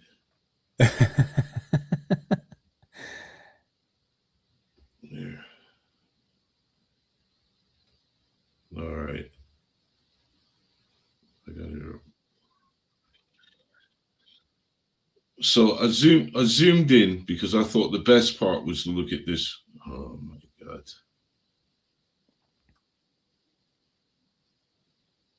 I really hate doing this. There we go. Right. I think I got it. So this object in the sky is what they're saying is a bird, a balloon? No, well, it just popped up as a UFO. So it's down to me or us to figure it out. So look, you got it? I don't know if I'm in the right place. No. I mean, it was kind of hard to tell what it is due to the moving vehicle. Honestly, I was getting a buzz of the fact that I was trying to take down this 4x4. Yeah. Yeah, this is it. I get it because I watched it. I watched the whole video. It's pretty cool. Yeah, pretty cool. Yeah. But I watched it for another reason, to make sure, could this be police drones or helicopters as well? And I didn't see any. Okay, so this is my work on it, yeah. So just pay attention really to the officer symbol. I did slow it down and try and zoom in as much as I could. Okay. So this is it original.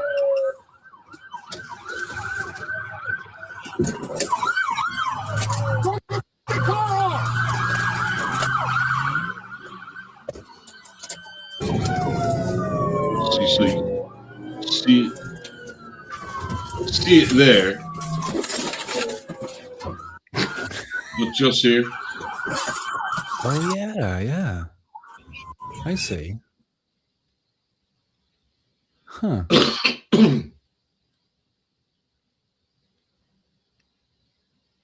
Oh yeah, it's like a typical flying saucer, isn't it? That's interesting. But it's there. It's moving fast, isn't it? It's moving quite fast. Could be a police drone. Yeah, possibly. Well, this is the thing that I scanned the video for this object. I mean, I watched the video and I was looking for helicopters, anything this could be. Could it have popped up where they, because, you know, this is like, oh, this ain't at the beginning. This is towards the end. And this guy drove all around. You know what I mean? But you can see it here in this shot. See it right there. Yeah, I see that, mate. Yeah. So if you follow it, if I play it from, let's say, here, see, I think that could be it. I don't know. I know it's in this shot here. Let's play it from here. Yeah, let's see it. Then it cuts away.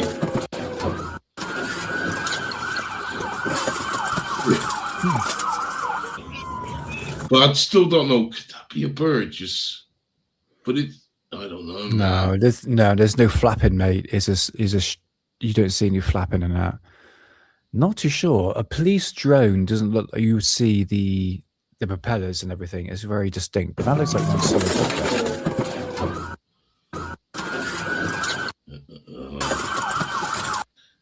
You know what?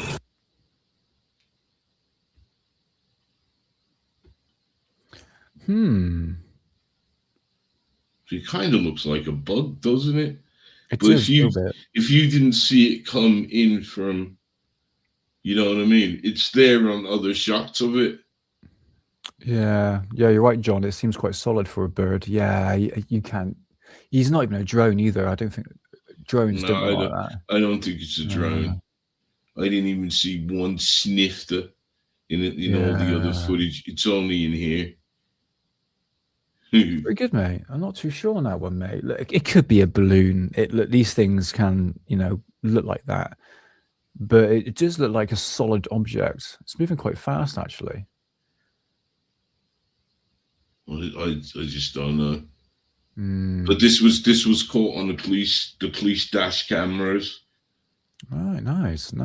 So yeah, I better give a shout out. I better give a shout out to the channel. Yeah, fantastic, mate. Yeah, that's good stuff. The channel is called Midwest Safety, and okay, man. Their police video, man. Sweet. So that's it. I don't know, man. I don't know. Yeah. What do you think? Do you think I should post it? I don't know. I just don't know. There's something about it. I'll tell you that now. I'll tell you what. I might post it because I'm on X, and post it on the Hidden Underbelly. And I'll just put it on the social medias. I don't know, Moody. Is it out of focus? I don't like it's out of focus to me. It looks quite solid. I'm not too sure, really, because you can see it in the distance. Yeah, it's because I zoomed in. It's a weird little thing, man. It's weird. Yeah, that's one big ass bug. Otherwise, could be. It does look like a bug, but I can see it coming in. This is it. It looks it would be. It's like a fly. It would have been like always there, but you can see it coming in, and then on the other shot, you got it over here. It comes from the tree area, so I'm not too sure on that one, mate. It's a good find, though. It's a pretty good find. Yeah. Well, that's how I work, man. But sometimes it's like that, man. Sometimes there's some, the last time I didn't trust my gut, I had to take the video down because, the people that wrote to me that pointed out, that chickens ain't going to be out at night. All right. You make a good point there, Drumstick. I think it's a UFO as it's unidentified. Yeah, the thing is, I think people now, when they say UFO, it immediately means aliens. It's like, if you really think of the definition of UFO, is an unidentified flying object. You don't know really what it is. So yes, there's your UFO right there. So it is. Well, it is. I just, I don't know. There's something about it. I don't know.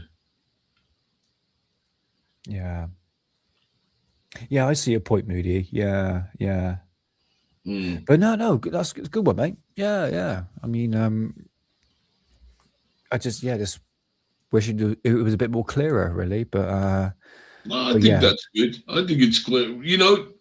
I never only time I dispitch. There's been often. I shouldn't say. The video that I did insult on my video was the turkey one. because it's a good sighting,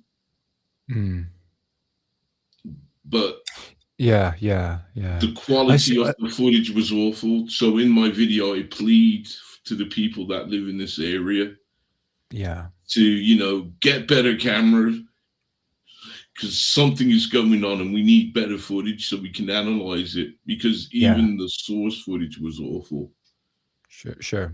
You would have thought the technology we have these days with the camera phones it's still not there. Zooming in wise, this is it. I mean, what you're saying there, Moody. The focus distance.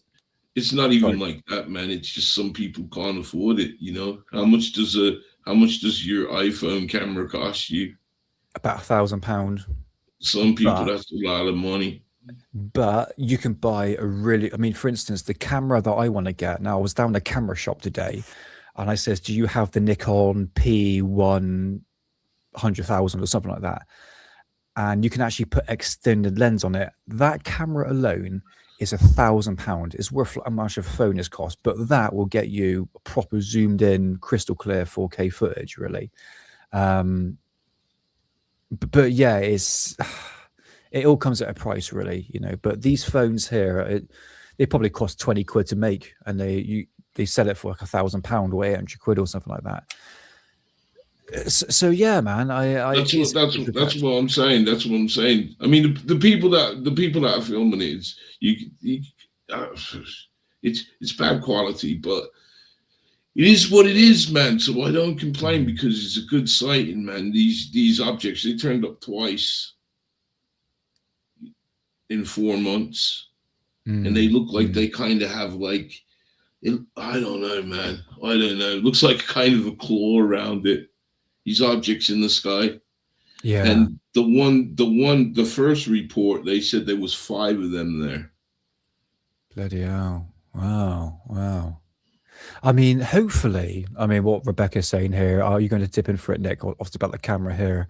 Give me a couple of months, 3 months, by the end of the spring season, going into summer, I'll be able to buy my camera, and I promise you, to the people who watch my channel and Hidden Underbelly channel, I want to capture the best footage that I can, proper zoomed in, see these objects, and nothing blurry. I want the top quality, which unfortunately you've got to spend over £1,000 for, which I'm willing to do, willing to save, give me a bit of time. Because, it's kind of annoying, mate, when you see these footage and it's just so blurry. And when it's like, for instance, when I use my camera phone and you start zooming in, it's borderline pareidolia, isn't it?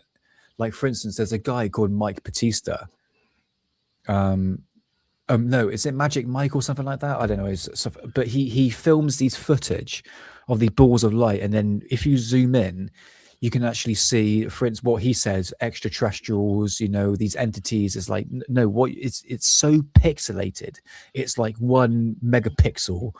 Once you sort of zoom in, and then it's borderline pareidolia. Do you know what I mean? So for me, I want to zoom in properly as much as I can and have a crystal clear 4K footage of what's in the sky, because we need it. And I'm willing to sort of fork out the money for it. So within time, I might be able to capture something that's going to blow people away.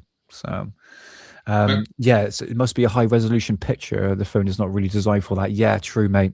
You are true, especially at night, mate. This is the thing, when I do sky watching and it's the evening, you get the pixels, you get the graffiti off the phone. Yeah, this is it. It's kind of annoying me now. I think it's like, no, I've got to step up the game a little bit.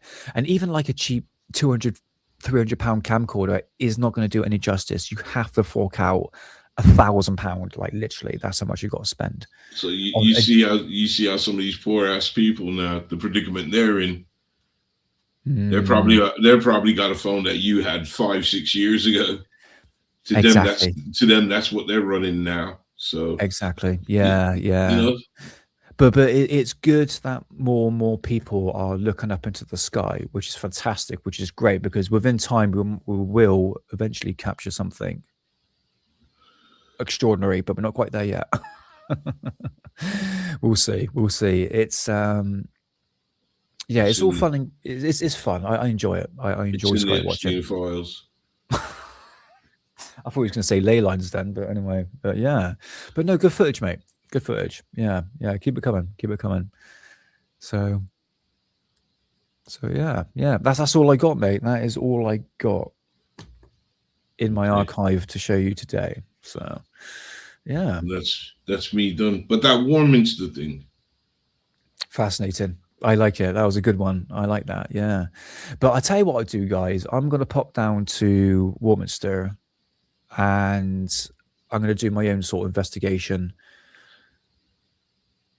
And if I find anything, I will let Mr. Underbelly know, and you guys as well. So yeah. I'll see how far away. I'm not going to pop down there. Oh, it's over an hour away. Oh, that's not too far. That's all right. Pass through. Yeah, I can manage that. Oh, it's next to Longley. I can go to Longley on that one. Sweet. Right, there we go. Longley, what's there? It's a place where they have zoo animals. Oh. Yeah, Longley. Yeah. So yeah, there we go. Yeah, you say now a science evidence fridge. Yeah, the phone cameras have a feature for lighting conditions. It requires manual changing. Yes, that's very, very true. There's different features on it, but the video, I mean, I got a relatively new camera, well, new phone, which is a Samsung S25 Ultra that came out last year. As soon as you start zooming in at night, it's crap. It's awful. It's terrible. That's why I stopped doing it. It's just like, because you cannot focus in on it unless you use the manual, which I've done, but it's still, when you're trying to focus on a moving object and you're trying to manual focus on the object, and you're trying to keep it stationary, it's so difficult. It's so difficult. So tripod, £1,000 camera, and an external lens. So that's probably about $2,000 worth already, you know. So yeah. Goldstopper, what you're saying, yeah. That is the camera, mate. Yeah, the P1000. So when I went to the camera shop today, they said they're going to bring one in for me to test it, and you can actually put external lenses onto it. And that is because who said that last? I think it was Paul Robinson. I don't think he comes into our chat, but he says that is the camera to get, the Nikon P1000, and they got the one up from that, the P1000 or something, which is the one I want to get. So yeah. But the best footage that I can, crystal clear footage. We'll see. Give me tan, people. Give me tan. And yeah. Okay. So that's it. And who knows? Ley lines? It always is. It always is. No, the thing is, there's just too much going on there. So there is a reason. And I chose to look for ley lines as my reason. Yeah.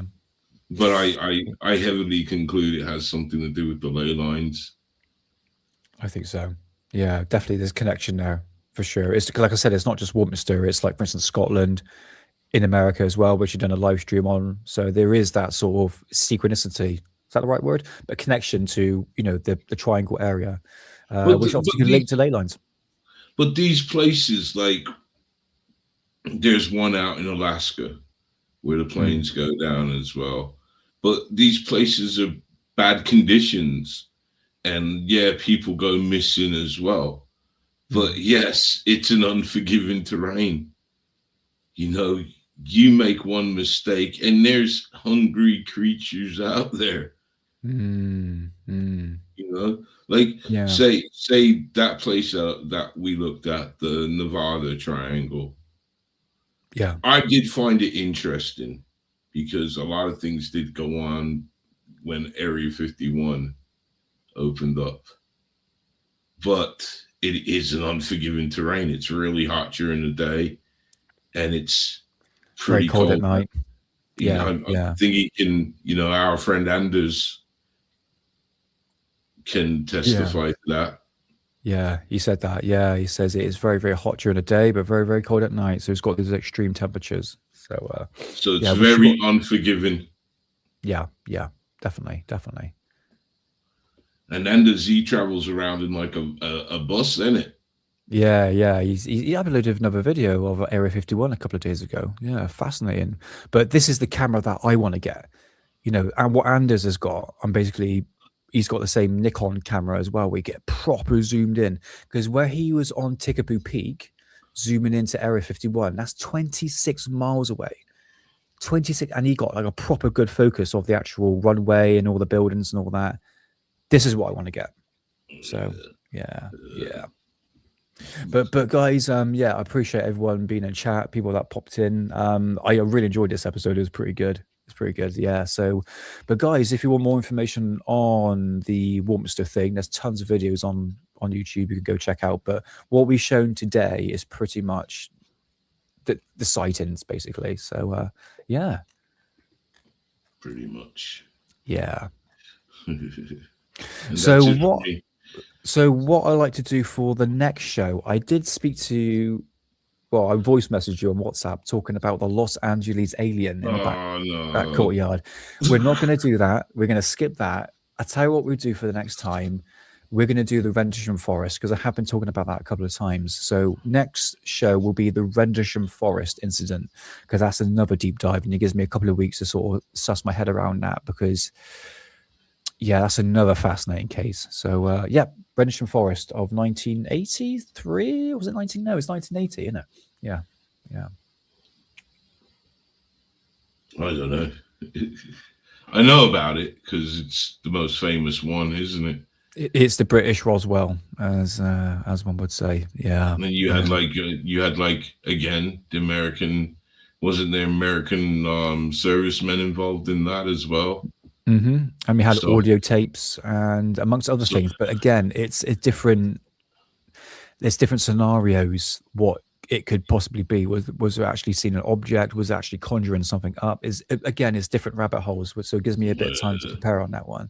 And I'll tell you what I can do. I'll bring up some of my magazines here that talk about Rendlesham Forest and see what it's saying in these magazines compared to what it is now, which is what, 40 years later or something like that. So yeah. But yeah, interesting. Very, very interesting. That's it then. That's it. I don't know when I'm gonna give you a video. Hopefully soon. There's something about that one I don't like. I'm not feeling it. And I don't know why. I should be feeling it because you guys like it, don't you? Yeah, it's all right. I just enjoyed the car turning over. Yeah, that was cool, man. The whole video is pretty cool because he even slows down, yeah, and he puts his hand out the window, waving them, telling them come and get me, and then drives it. It's really yeah. It's a really videos like that. He even did a cop count. Like how many cop cars were chasing this guy, and at one point it was 6. but they said they couldn't pit maneuver him because they knew he had a gun on him. I see. Yeah, it's also America we're talking about. Yeah. Oh yeah. Well, he just shot a woman and shot a dog and shot a dog dead. Bloody hell! Wow. And if you in that video, the comments, because I always love reading the comments. So I just went in and read a couple of comments because they were all basically the same, and I thought this is what it's going to be, because I like to see if anybody spotted it in there. You know what I mean? Could probably say, look, I saw the same thing, so you get what I mean. So I could get a little timeline of all this. But they were all bitching because this guy now, after everything I told you, now remember, 6 police cars chased this guy, and what you saw is what they had to do to stop him, because he wasn't stopping. Yeah. Right. He got bailed. He didn't even spend the night in prison. He got bailed. Unbelievable. He shot a woman in the arm, shot a dog dead. And it's like, well, you just go free. Let's go free. You got bailed, man. Yeah. Oh, Moody, yeah, don't worry. I've got Professor Simon Holland videos up ready for the Rendlesham Forest, because I know he's done a deep dive into that. So yeah, we'll bring them up. I mean, we know we don't get any copyrights for that as well, mate. So we're safe and sound with that one. I'll send him a message, see if he wants to come on and talk about it. Yeah, I'd be happy to. Yeah, absolutely. I just want to get clued in first of all, and yeah.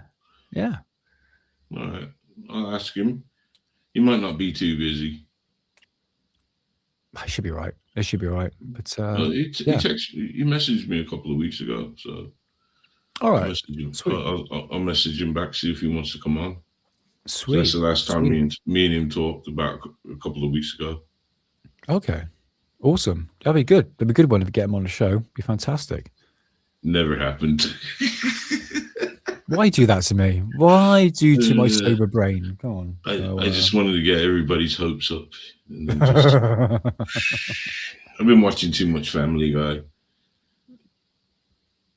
Fair enough, mate. Do you like Family Guy? Oh, I love Family Guy. Yeah. It's gone a bit old. I prefer the old version. I mean, go back into the early 2000s.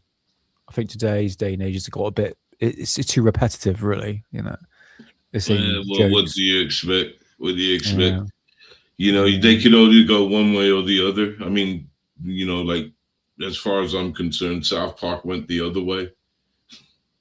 Oh, they have done now. Yeah. I don't watch South Park anymore, to be honest with you. I still do. I find the humor, but I believe the political message is well and truly in your face with South Park. Oh God! Even though it's funny.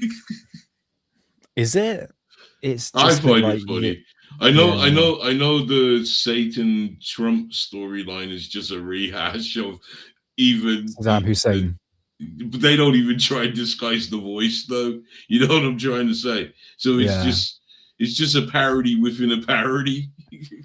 Pretty much, mate. Yeah, I've been watching Buffy the Vampire Slayer.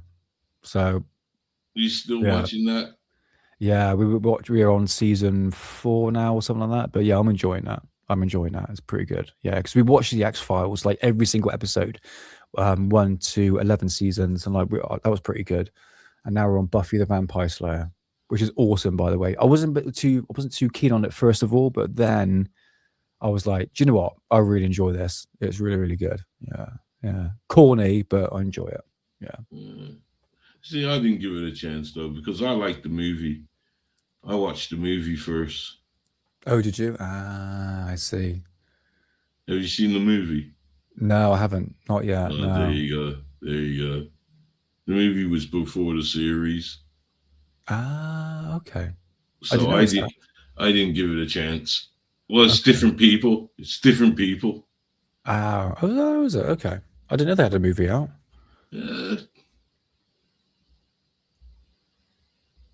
I'm sure Rutger Hauer was in it. Okay. And somebody famous at that time was in it. I want to say Angela Silverstone, but I could be wrong. Silverstone. Oh my God, I never noticed that. Yeah. Who's in it? So we got Kirsty Swanson, Donald Shultland, Luke Perry, Hilary Swank, David Albuquerque. Oh, 1992. Wow. I didn't notice that. You learn every day. The movie was big. All right. I do remember it, but I ain't seen it since. It's been so long. Yeah. Awesome. Okay, cool. Learn every day. There we go. I'm blaming ley lines on that one. See what I did there? Yeah, ley lines. But that's it, man. I'm just waiting for the boys. Last season. Yeah, we haven't watched the last season, to be honest with you. Why?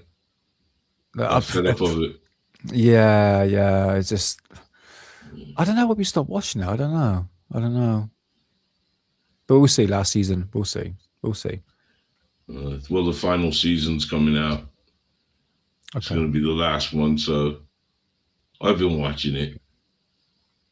I like it. I like Homelander. I kind of agree with Homelander.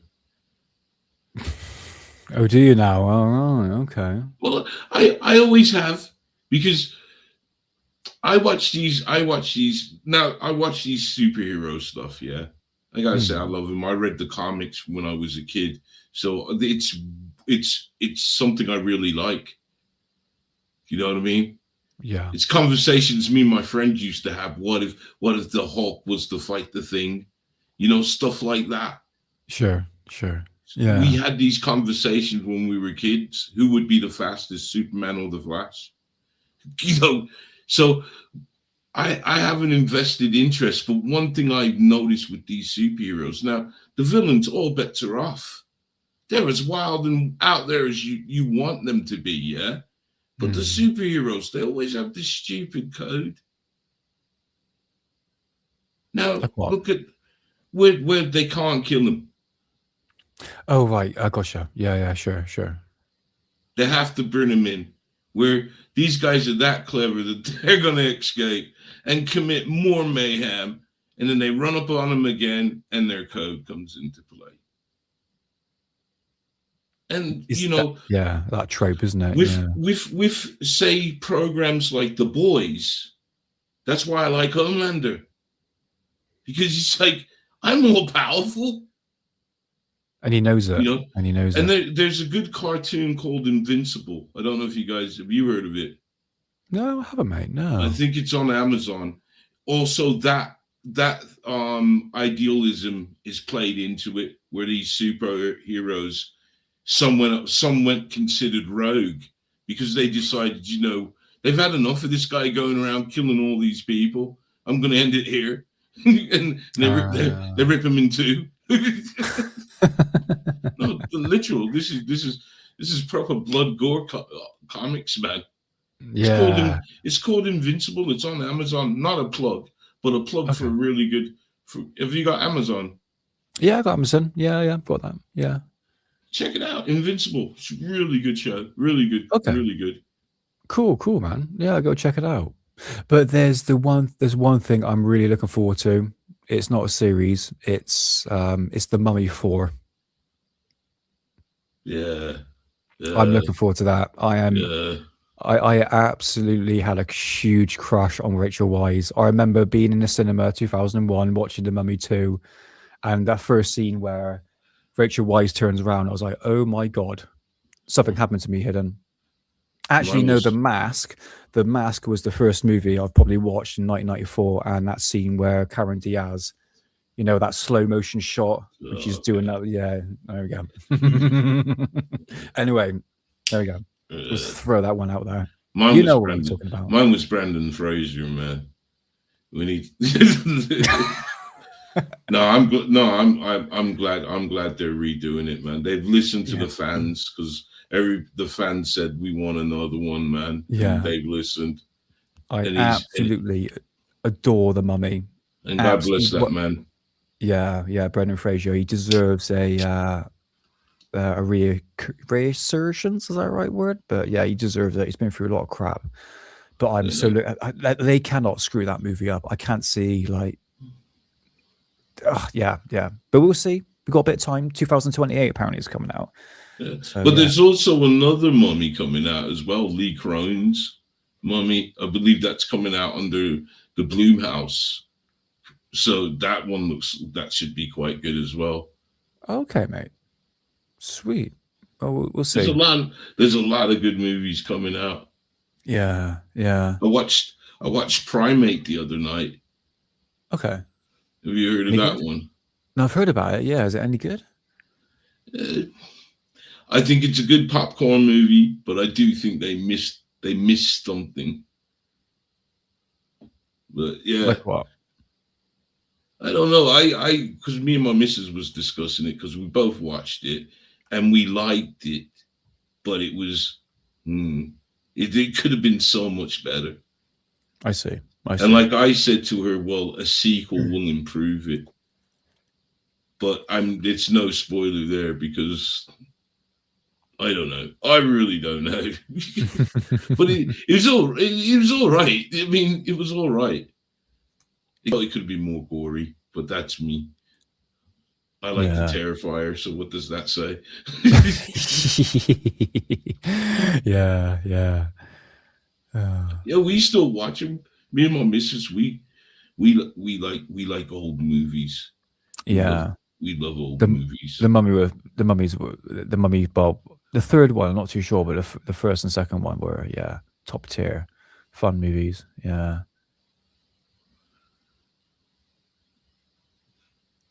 So that's Is that it? I think that's it, mate. Yeah. I'm saying good night. Yeah, me too, mate. I'm actually surprisingly tired, actually. Yeah. So I enjoyed this show, mate. That was pretty good. Pretty good live show today, guys. I hope you enjoyed it as well for the people in chat. And we'll see you not next Wednesday, but the Wednesday after that for the Reddish Forest incident. Yes. But I'm sure Mr. Underbelly here will give you more content in the next couple of weeks to come. So, more flapping birds. Yes. Well, brilliant. It has to be done, man. It has to be done. But on that note, yes, it was really great. And I'd still say ley lines play a big part in what's going on down there. I think there's a bit from this camp. Is some of it made up? Could possibly be, but why would young Damien put his reputation online? So I believe him. Well, mind you, it was the butler's son. Butler's son, But still, why would you draw attention to that family if you didn't see something? For sure. So I don't know. It's always because. One thing as well, Nick, is we always know that things are always, whatever you want to call them, these UFOs, let's call them what they are, these UFOs. They're always interested in military establishments as well. Sure. Yeah, nuclear facilities, bases and stuff like that. For instance, Reddish Forest. Yeah. So who knows if that couldn't correlate for that activity, and maybe these bases, they know they're there. That's why they're on these ley lines. Possibility, yeah. Conjuring up something again. Reddish Forest. There we go. So because you know what, the teachings of Crowley is not far from none of these things. My God, it's even in the Epsteins. True, very true. So it is not far from it. Well, look at that guy Jack Parsons. You heard of him, Nick? Yeah, I've heard of him. Yeah. He was an occultist, but he was also a NASA scientist. Yeah, I read about that. Yeah. Huh. Goes to show, isn't it? It's all afoot, man. It's all afoot. Yeah. And these ley lines, these some sort of energy, man. I don't know how to pinpoint it. That's why I kind of look at it, in my opinion, the smartest man that ever was there, a man way ahead of his time, Tesla. And I got to go with him. Man. Electromagnetic energy. Because he had an idea for a battery that could power your home. And it was basically whatever he had in his head, but basically the design was a rod that you planted in the middle of your house, but you planted it in the ground. So whatever it was harnessing the energy of the earth. Right. And this thing could light up your house. Amazing. And Tesla, Elon tried to, I don't know where that went, but I remember back in the day, he was doing the Elon battery, where he said this battery could power your house. Wow. Do you guys remember that? Or did you ever hear of it? Possibly. It's been a number of years since I heard about that. But you have heard of it. Yeah, for sure. Yeah. There you go. But so I think ley lines are heavily at play here. Yeah, I understand. Yeah, Avery, Glastonbury, Stonehenge. Just all over the world. Yeah. Maybe maybe we should have a look on our time off where if ley lines converge on Greenland. Good point. Or oil, we'll see. Well, it's a weird one and something no one should do. I don't know. I don't want to talk about it. Sorry. But anyways, Nick, I'm sure you're busy. You want to go and watch some Buffy? I'm going to see to the missus. Okay. In a good way. Say no more. Say no more. Say no more. We all got you there. Yeah, blame it on ley lines again. No. But no, guys, thank you so much for everyone being in chat. It's much appreciated. I really enjoyed this show today. And yeah, we'll catch you in a couple of weeks. I said not next Wednesday, the Wednesday after. All right. For Rendlesham Forest. And good night, everyone. Yeah, man. And thank you for the kind donation, my friend. Yeah, thank you. And I think that's it for me, man, because I am super chonged.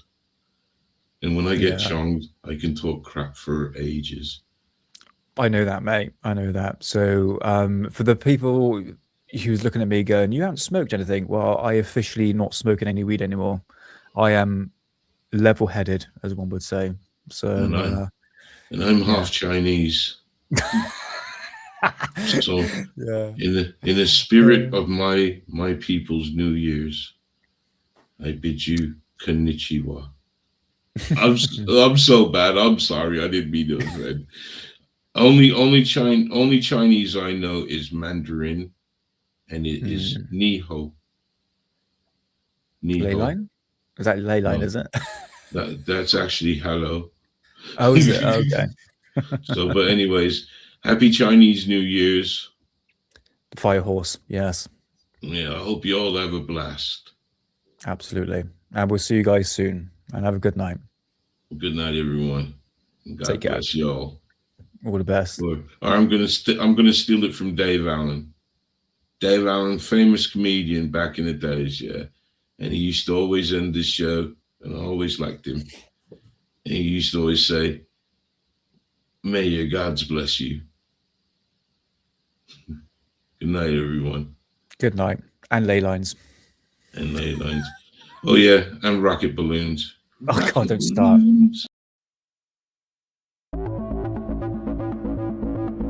For there is nothing hidden that will not be revealed, and nothing concealed that will not be known and illuminated. Stay blessed and keep safe.